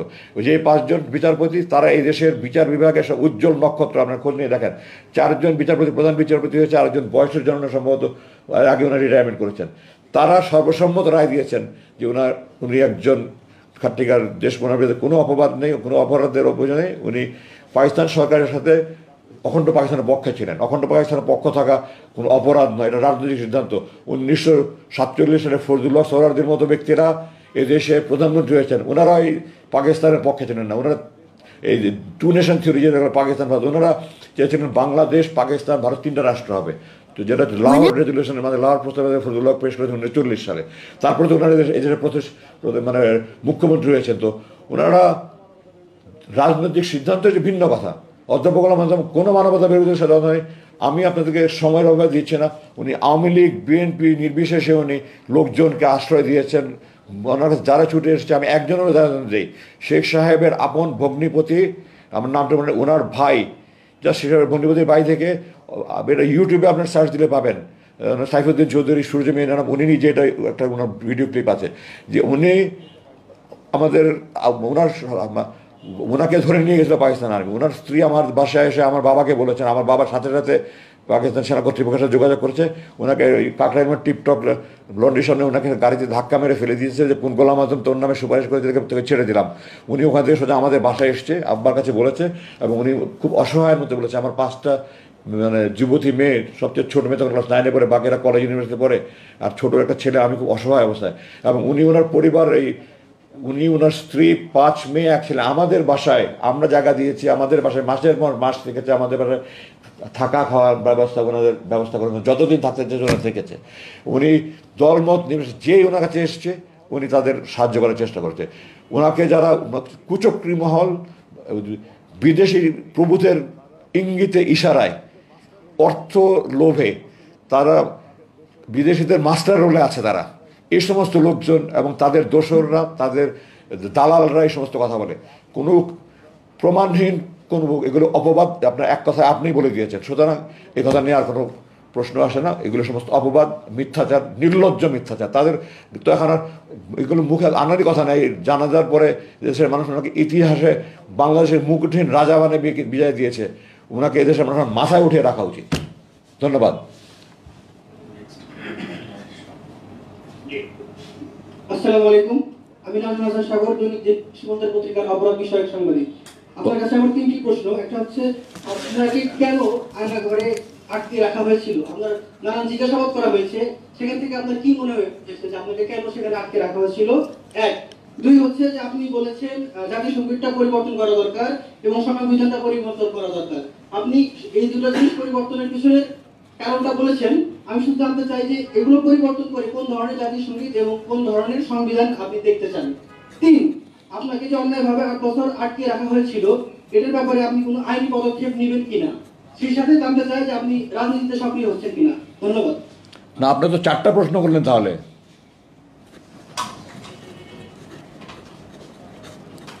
আচ্ছা, আমি আপনার একটা একটা করে জবাব দিয়েছি। আপনার প্রথম প্রশ্নের জবাব কিন্তু আমি প্রথমেই বলেছি, আমাকে আটকে রেখেছিল 2টা কারণে। 2টা কারণে। 1, আমার পৈতৃক পরিচয়। তার চেয়ে বড় কারণ, আমার মনে করেন জামাত ইসলামের আরও অনেক নেতার ছেলে আছে, আর কাউকে এইভাবে আটকে রাখেনি। মীর কাসেম আলী সাহেবের ছেলে, ও সে তার বাবার বিরুদ্ধে মামলার বিরুদ্ধে সে সোচ্চার ছিল ব্যারিস্টার হিসেবে, এটার জন্য তাকে কিন্তু জামাত ইসলাম আর অন্য কোনো নেতার ছেলে কিন্তু আটকে রাখেনি। তাদের বড় ভয় ছিল আমি ভারতের বিরুদ্ধে এত সোচ্চার, এটা তাদের বড় ভয়। তা আমি এখনও বলছি, আমি যে খাঁটি দেশপ্রেমিক হিসেবে এখনও বলছি, আমি সৎ প্রতিবেশী বন্ধু চাই, কিন্তু যে বন্ধু আমার ক্ষতি করে তাকে আমি শত্রু ছাড়া বন্ধু ভাবতে পারি না। শুধু আমি যতদিন ভারত বন্ধুসুলভ আচরণ করবে আমি তাকে বুকে জড়িয়ে ধরবো, কিন্তু ভারত যদি শত্রুর মতো আলোচনা করে আমি তাকে শত্রুই ভাববো এবং আমি তাকে শত্রুই বলে যাব, এবং এটাই আমার মূল অপরাধ। এবং ওখানকার নিচের লেভেলে আমাকে একজন বলেছে আপনি বিদেশি শক্তির গভীর ষড়যন্ত্রের শিকার। আমি তার পরিচয় জানি না, মুখ তো এইভাবে ঢাকা থাকে, কিন্তু আমাকে গোপনে বলেছে। এবং আমি দৃঢ়ভাবে, আমাকে তারা নাহলে জিজ্ঞাসা করবে কেন আপনি ভারতের বিরুদ্ধে এত সোচ্চার কেন, এবং এই একটা প্রশ্ন করার সময় খুব ক্ষুদ্রভাবে প্রশ্ন করছে। তো আমার কোনো সন্দেহ নাই এটাতে যে আমার মূল অপরাধ আমি বিরোধের বিরুদ্ধে সোচ্চার, আমার মূল এটা হলো। দ্বিতীয়ত আমার বাবার পরিচয়, এ দুটা মিলে আমাকে আচ্ছা সংবিধান এবং জাতীয় সঙ্গীত, আমি জাতীয় সঙ্গীত আমি এই সরকারের উপরে ছেড়ে দিলাম, কিন্তু এই জাতীয় সঙ্গীত যেটা আছে আমাদের, এটা আমাদের স্বাধীন বাংলাদেশের অস্তিত্বের পরিপন্থী। আমি পরিষ্কার করে বলেছি, এটা দুই বাংলা এক করার জন্য এই জাতীয় সঙ্গীত এইটা রবীন্দ্রনাথ রচনা করেছিল বঙ্গভঙ্গ রদ আন্দোলনের সময়। গড়ের মাঠে সে এটা প্রথম উপস্থাপন করে, কলকাতা গড়ের মাঠে। তো যেই সঙ্গীত দুই বাংলা এক করার জন্য সঙ্গীত, এটা কি করে স্বাধীন বাংলাদেশের জাতীয় সঙ্গীত হতে পারে? এটা 1971 সালে ভারত আমাদের উপর চাপিয়ে দিয়েছিল এবং আমাদের অস্থায়ী সরকার প্রগতির হুকুমে এটা মেনে নিয়েছিল। এটা পরিবর্তন হওয়া দরকার। কোনটা হওয়া দরকার এটা নিয়ে সরকার কমিটি করুক। অনেক সুন্দর সুন্দর গান আছে আমাদের ধনধান্যে পুষ্পবাহার একটা সুন্দর গান আছে, এমন দেশটি কোথাও খুঁজে পাবে না একেবারে। তারপরে খাটিয়ে শোনার চেয়ে খাটিয়ে আমার দেশের মাটি একটা আছে, প্রথম বাংলাদেশ আমার শেষ বাংলাদেশ একটা গান আছে। যে বাংলা যেটাই হোক, আমার কোনো আপত্তি নাই। আমার আপত্তি হলো বাংলাদেশকে তুলে ধরার জন্য এই জাতীয় সঙ্গীত বাংলাদেশের রাজীন্দ্রনাথ অস্তিত্বের পরিপন্থী, এটা বাদ দিয়ে সরকার একটা কমিটি হলো দেশপ্রেমিক সাংবিধানিক যে কমিটিভাবে সরকার ভালো মনে করে তাদেরকে যে কমিটি করে জাতীয় সঙ্গীত নতুন করে তৈরি করা উচিত। আর সংবিধান পরিবর্তনের জন্য তো এটা বিরাট ব্যাপার। সংবিধানটা মানবাধিকার পুনর্নিশ্চিত করতে হবে। সংবিধানে সশস্ত্র বাহিনীর সদস্যদের আইন তাদের বিরুদ্ধে অন্যায় হলে আইনের আশ্রয়ের কোনো সুযোগ নাই, এটাকে বাতিল করতে হবে। সশস্ত্র বাহিনীর সদীপ এখন আমার ধারণা মধ্যে 2 লক্ষের অধিক হবে, আরও অনেক বেশি হবে। আমি যখন নিয়ে গেছি তখন 2 লক্ষ, এর মধ্যে অনেক বৃদ্ধি পেয়েছে। তো আমরা কি মানুষ না? সশস্ত্র বাহিনী এই যে শত শত অফিসারকে তাদেরকে বরখাস্ত করেছে, তারা কি মানুষ নয়? তো তাদের কোনো মানবাধিকার নেই? আমি ডক্টর কামাল হোসেনকে একবার প্রশ্ন করেছিলাম কোনো এক ফোরামে যে আপনি মানবাধিকার কথা বলেন, অথচ আপনার সংবিধানে সেনাবাহিনীকে এত সদস্যকে আপনি মানব মনে করেন না, তাদের কেন আইনের আশ্রয় নেওয়ার অধিকার নেই? উনি কোনো সদুত্তর দিতে পারেন নাই আমাকে।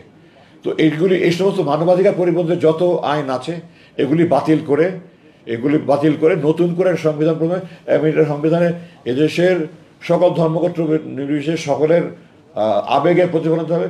আর যেহেতু আমরা মুসলিম দেশ, এখন 90 ভাগ, কেউ বলেন 92 ভাগ, কেউ 93 ভাগ, যতই হোক 90+ মুসলমান, এই মুসলমানদের একটা আল্লাহর আইনের বিরোধী কোনো আইন সংবিধানে থাকতে পারবে না। ওখানে আমাদের সংবিধানে একটা কথা আছে, জনগণ সার্বভৌমত্বের মালিক। জনগণ সার্বভৌমত্বের মালিক নয়, সার্বভৌমত্বের মালিক একমাত্র আল্লাহ। জনগণ যদি এখন আইন পাশ করে মদ খাওয়া হালাল, তাহলে কি মদ খাওয়া হালাল হয়ে যাবে?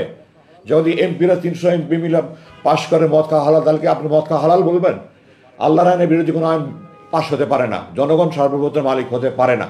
সুতরাং সংবিধানে এটাও ইনক্লুড করতে হবে, আল্লাহর আইনের পরিপন্থী কোনো আইন এই সংবিধানে যেন সংসদের কোনো অধিকার থাকবে না। এই ধরনের একটা আইন সংযোজন করে একটা আমাদের মুসলিম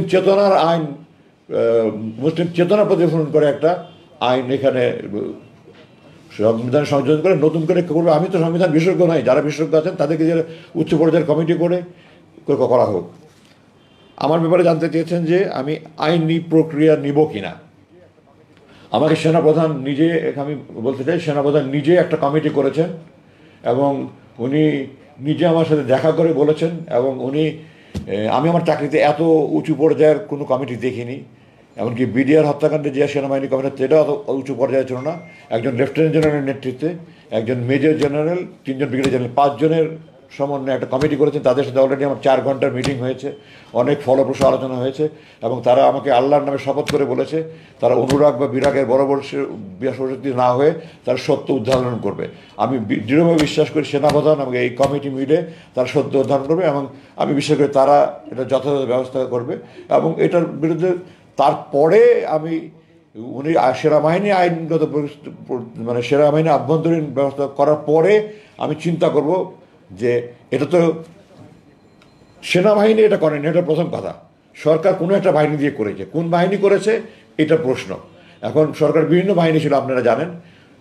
জেনারেল হাসিনুর রহমান, কর্নেল হাসিনুর রহমান সম্ভবত 2 বছর আগে না 3 বছরের মুক্তি পেয়ে সে সম্ভবত আমাকে বলেছে যে সে ডিজিএফআই আয়না করে আমাকে দেখেছে।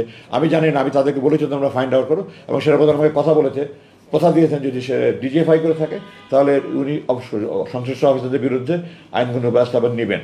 তো আমি স্পষ্ট করে বলতে চাই, ডিজিএফআই কিন্তু সেনাবাহিনীর অধীনস্থ কোনো, এটা 3 বাহিনীর একটা সংগঠন। এটা সরাসরি প্রধানমন্ত্রীর অধীনে, সেনা প্রধানের কোনো নিয়ন্ত্রণ নাই এই বাহিনীর উপরে, নৌবাহিনী প্রধান বিমানের কারো নিয়ন্ত্রণ নাই।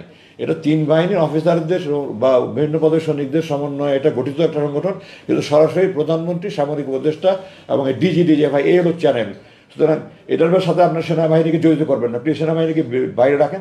এখানে যারা অফিসার ছিল তারা যদি অন্যায় করে থাকে, সেনাপ্রধান সেনাপ্রধান আইনি ব্যবস্থা নেবেন, এবং তার পরবর্তীতে আমি সার্বিকভাবে এটার বিরুদ্ধে, আমার এই গুমের বিরুদ্ধে অবশ্যই যারা হুকুমদাতা, যারা উপদেশদাতা, পরামর্শদাতা, সবাই এটার জন্য শাস্তি পাবে। আমি এটার জন্য সরকারের কাছে আবেদন জানাই, আইনগত প্রক্রিয়া কীভাবে কী করবো না করবো এগুলি আমি আমার আদালতে, আমার আইনজ্ঞদের সাথে আলোচনা করে তারপরে আমার এটা সিদ্ধান্ত নিতে হবে। আপনি একটা প্রশ্ন এখানে করেছেন, 3টা প্রশ্ন করবো, আপনি 4th প্রশ্ন ছিল যে আমি রাজনীতিতে সম্পৃক্ত হবো কিনা। আমি এখনও চিকিৎসাধীন, এই সমস্ত নিয়ে আমি এখনও কোনো চিন্তাভাবনা করিনি। আমি এগুলো নিয়ে চিন্তাভাবনা করার সুযোগ বহুত আল্লাহ দিবে, সময় দিবে, তখন আমি দেবো। আমি দেশপ্রেমিক, দেশের জন্য কাজ করতে চাই। আল্লাহ আমাকে যেভাবে কাজ করার সেভাবে কাজ করতে চাই। আমার আপনারা দোয়া করেন আল্লাহ যেন আমাকে দেশের জন্য, এদেশের মানুষের জন্য কাজ করার সুযোগ দেন এবং সাহায্য করেন।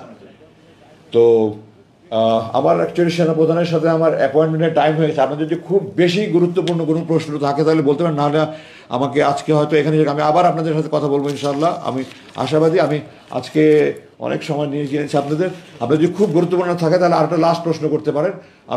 আমার কোনো সমস্যার জন্য সেনাপ্রধানের সাথে যেহেতু আমি প্রতিশ্রুতি দিয়েছি যে ওনার ওখানে আমি যাব, এই জন্য আমার আর দেরি করা সম্ভব হচ্ছে না। আপনারা যদি খুব বেশি গুরুত্বপূর্ণ একটা প্রশ্ন করতে পারেন। ধন্যবাদ। শেষ প্রশ্ন আজকে। জি, আসসালামু আলাইকুম। আমার নাম আসাদ আবিদিন জয়, আমি বাংলা ট্রিবিউনে কাজ করি। বাংলা ভিশনে? বাংলা ট্রিবিউন। জি, বাংলা ট্রিবিউন। জি, সরি। জি, আপনার কাছে আমার 2টি প্রশ্ন। সেটি হচ্ছে যে আপনি কি জামায়াত ইসলামীতে যোগ দিবেন কিনা বা আছেন কিনা। আর দ্বিতীয় প্রশ্নটি হচ্ছে, আমরা জানি যে ট্রাইব্যুনালে আপনার বাবার সাজা হয়েছিল, সেই ব্যাপারে আপনাদের অবস্থান কি এবং এর বিরুদ্ধে বা এর বিপরীতে আপনারা কোনো ব্যবস্থা নেবেন কিনা। ধন্যবাদ। আপনার 2টা প্রশ্ন নিয়ে আমি জবাব অলরেডি দিয়ে দিয়েছি। আমি তো রাজনীতির ব্যাপারে বলেছি যে আমি এখন রাজনীতিতে যোগদান করবো কি করবো না, এই ব্যাপারে আমি এখন পর্যন্ত কোনো সিদ্ধান্ত নেইনি। সুতরাং এটা তো জবাব আমি দিয়ে দিয়েছি। যদি যোগদান করার সিদ্ধান্ত নেই তখন কোন দলে যোগদান করবো সেটার প্রশ্ন আসে। আমি এখন যোগদান করবো এটা সিদ্ধান্ত নেইনি আমি এখনও। আমি দেশের জন্য কাজ করতে চাই, দেশবাসীর উন্নয়নের জন্য কাজ করতে চাই। কী ফর্মে কাজ করবো, কীভাবে কাজ, আল্লাহ আমাকে কীভাবে কাজ করতে হবে এটা সময় বলে দেবে, এটা আপনার সময় দেখতে পাবেন। আর দ্বিতীয় প্রশ্ন হলো যে ট্রাইব্যুনালে তো আমরা এখন আগেও বলেছি, এখনও বলেছি, এবং ট্রাইব্যুনাল চেয়ারম্যান বলেছে এগুলো তো সব অপবাদ, এগুলো প্রমাণিত নয়, মিথ্যা এগুলো সব। তো এটা আমরা আপিল করেছিলাম সুপ্রিম কোর্টে। উনি তো সুপ্রিম কোর্টের রায়ের আগেই উনি ইন্তেকাল করেছেন এবং এই মামলাটা ডিসমিস হয়ে গেছে। তো এটা নিয়ে তো এখন আর কথা বলার কোনো অর্থহীন। তবে আমি দৃঢ়ভাবে আবারও বলছি, অধ্যাপক গোলাম আজম ইতিহাসের সর্বশ্রেষ্ঠ বাঙালি। ওনার বিরুদ্ধে যা বলা হয়েছে এগুলি সব ভারতের দালাল, এগুলি সব ভারতের রয়ের মাস্টার রোলের তারা বেতন পায়, এবং তাদের যারা চাটুকার, তাদের যারা তোষামত করে, তারাই এগুলি বলেছে। খাটিকার দেশপ্রেমিক যদি বলতো, ওনার জানাজা ইতিহাসের বৃহৎ জানাজা হতো না। 5-7 লাখ জানাজা হয়েছে। মানুষ যেভাবে চোখের পানিতে বিদায় দিয়েছে, পৃথিবীর ইতিহাসে সে এরকম নেই। যদি উনি অন্যায় করতেন, অপরাধ করতেন, কোনো অপরাধীর অন্যায়ের এই ধরনের জানাজা হতে পারে না। সারা পৃথিবী 4,000-এর মতো জানাজা হয়েছে, এটা হতে পারে না। আমেরিকায় 100-এর উপরে হয়েছে, সব মাক্কাতে 100-এর উপরে জানাজা হয়েছে। ভালো খারাপ মানুষ হলে আমি এখানে বলতে চাই না যে আপনারা বই পড়ে দেখেন, 3টি সামরিক অভ্যুত্থান না বলা কিছু কথা, কর্নেল হামিদ, কৃতি রানী হামিদ দাবারু, কৃতি দাবারু রানী হামিদের স্বামী, ফুটবলার কাসা হামিদের বাবার লেখা বই 3টি সামরিক অভ্যুত্থান না বলা কিছু কথা। আপনারা দেখেন শেখ সাহেবের জানাজায় 17 জন না 18 জন মাত্র লোক হয়েছে। তো একজন যদি মানুষ খারাপ মানুষ হয়, আল্লাহ কোনোদিন তার জানাজা, মানুষ যেভাবে কেঁদেছে আপনার জানাজা দেখেন, ওটাই আপনাদের উত্তর বলে দেবে, আমার কিছু বলতে হবে না। উনি একজন আমার দেখা উনি শ্রেষ্ঠ মুসলমান মানুষ, আমার দেখা উনি শ্রেষ্ঠ মুত্তাকি মানুষ, উনি ফেরেশতা তুলবেন। আমরা অভাগা জাতি ওনার খেদমত পেলাম না, এটা আমাদের দুর্ভাগ্য। আমার বাবা বলে বলছি না, আমি ওনাকে কাছে থেকে সারাটা জীবন দেখেছি। আমি একজন মানুষ হিসাবে বলছি, আল্লাহর নামে কসম করে বলছি, আমি অনুরাগের বশবর্তী আবেগের বশবর্তী কথা বলছি না, আমি একটা মানুষ হিসাবে বলছি। আপনারা যারা ওনাকে ব্যক্তিগত চেনেন তাদের কাছে জিজ্ঞাসা করে দেখেন। আর নাহলে এত প্রচারণা করে এত বড় জানাজা হবে কেন আমাকে আপনারা বলেন। সুতরাং এটা একটা অবান্তর ইস্যু। এখন উনি ইন্তেকাল করেছেন এবং এই দেশের মানুষ প্রমাণ করে দিয়েছে যে এই দেশের মুকুটহীন রাজা, উনি ক্ষমতার লোভ নেই, মোহ নেই। উনি বহুবার পাকিস্তান আমলে 2বার মন্ত্রী হওয়ার সুযোগ ছিল। 91 সালে উনি মন্ত্রী হয়ে সামরিক সমাজের সমর্থন দিতে পারতেন। উনি 2001-2006 মন্ত্রী হতে পারতেন। উনি কোনোবারে মন্ত্রী হয়নি। উনি প্রতিবারই বলেছে আমি সরকারে থাকলে সরকারের অন্যায় আমি সমালোচনা করতে পারবো না, এই জন্য আমি সরকারের অংশ হয়ে কখনো থাকতে চাই না। নাহলে ওনার 4বার সুযোগ ছিল, উনি মন্ত্রী হননি। 1969 সালে আইএমের পতনের পরে ইয়াহিয়া খান ক্ষমতা নিল, মন্ত্রী করলেন মোমেনায়েম খানকে সরিয়ে এমএন হুদা নামে এক ভদ্রলোকে উনি মন্ত্রিত্বের শপথ নিয়ে আমাদের বাসায় এসে আব্বাকে অনুরোধ করেন আপনার যে কোনো মন্ত্রণালয়ে আপনি আমাকে সাহায্য করেন। আব্বা ওনাকে বিনয়ের সাথে বলেছেন যে আমি সরকারের অংশ হয়ে গেলে আমি সরকারের অপকর্ম সমালোচনা করতে পারবো না, আপনারা ক্ষমা করবেন। উনি ক্ষমতার অংশে হয়নি। তো আশা করি আপনি আপনার প্রশ্ন পেয়ে গেছেন, উত্তর পেয়ে গেছেন। ধন্যবাদ। তো আপনাদের কাছে আমি আজকে বিদায় চাই। আমার সেনাপ্রধান আচ্ছা আমি আচ্ছা ধন্যবাদ। আমার সেনাপ্রধানের 1টার মধ্যে পৌঁছার জন্য আমি বলেছিলাম, তো এখন তো দেরি হয়ে যাবে। ওনাকে ফোন করে দুঃখ জানিয়ে আমি এখনই রওনা হতে হবে। আপনারা দোয়া করেন আমার জন্য। আমি আপনাদের কাছে, সমস্ত দেশবাসী, সমস্ত বিশ্বের সমস্ত বাঙালি মুসলমানদের কাছে, সমস্ত মুসলমানদের কাছে আবেদন জানাই যত রকমের যত অন্যায় জুলুম যেখানে যা হচ্ছে সেগুলোর যেন প্রতিকার হয়। আমাদের দেশ যেন আমরা সুখী সমৃদ্ধি বাংলাদেশ সবাই ঐক্যবদ্ধভাবে গড়ে তুলতে পারি। আসুন আমরা সবাই মিলে কাজ করি। আমি আমার জান দেওয়ার জন্য প্রস্তুত আছি। আমার পরিবারের পক্ষ থেকে, আমার সবাই পক্ষ থেকে আমি বলছি আমরা আমাদের চাকরি করা আমরা করবো ইনশাআল্লাহ। এই প্রতিশ্রুতি দিয়ে আমার বক্তব্য শেষ করছি। ধন্যবাদ। আসসালামু আলাইকুম।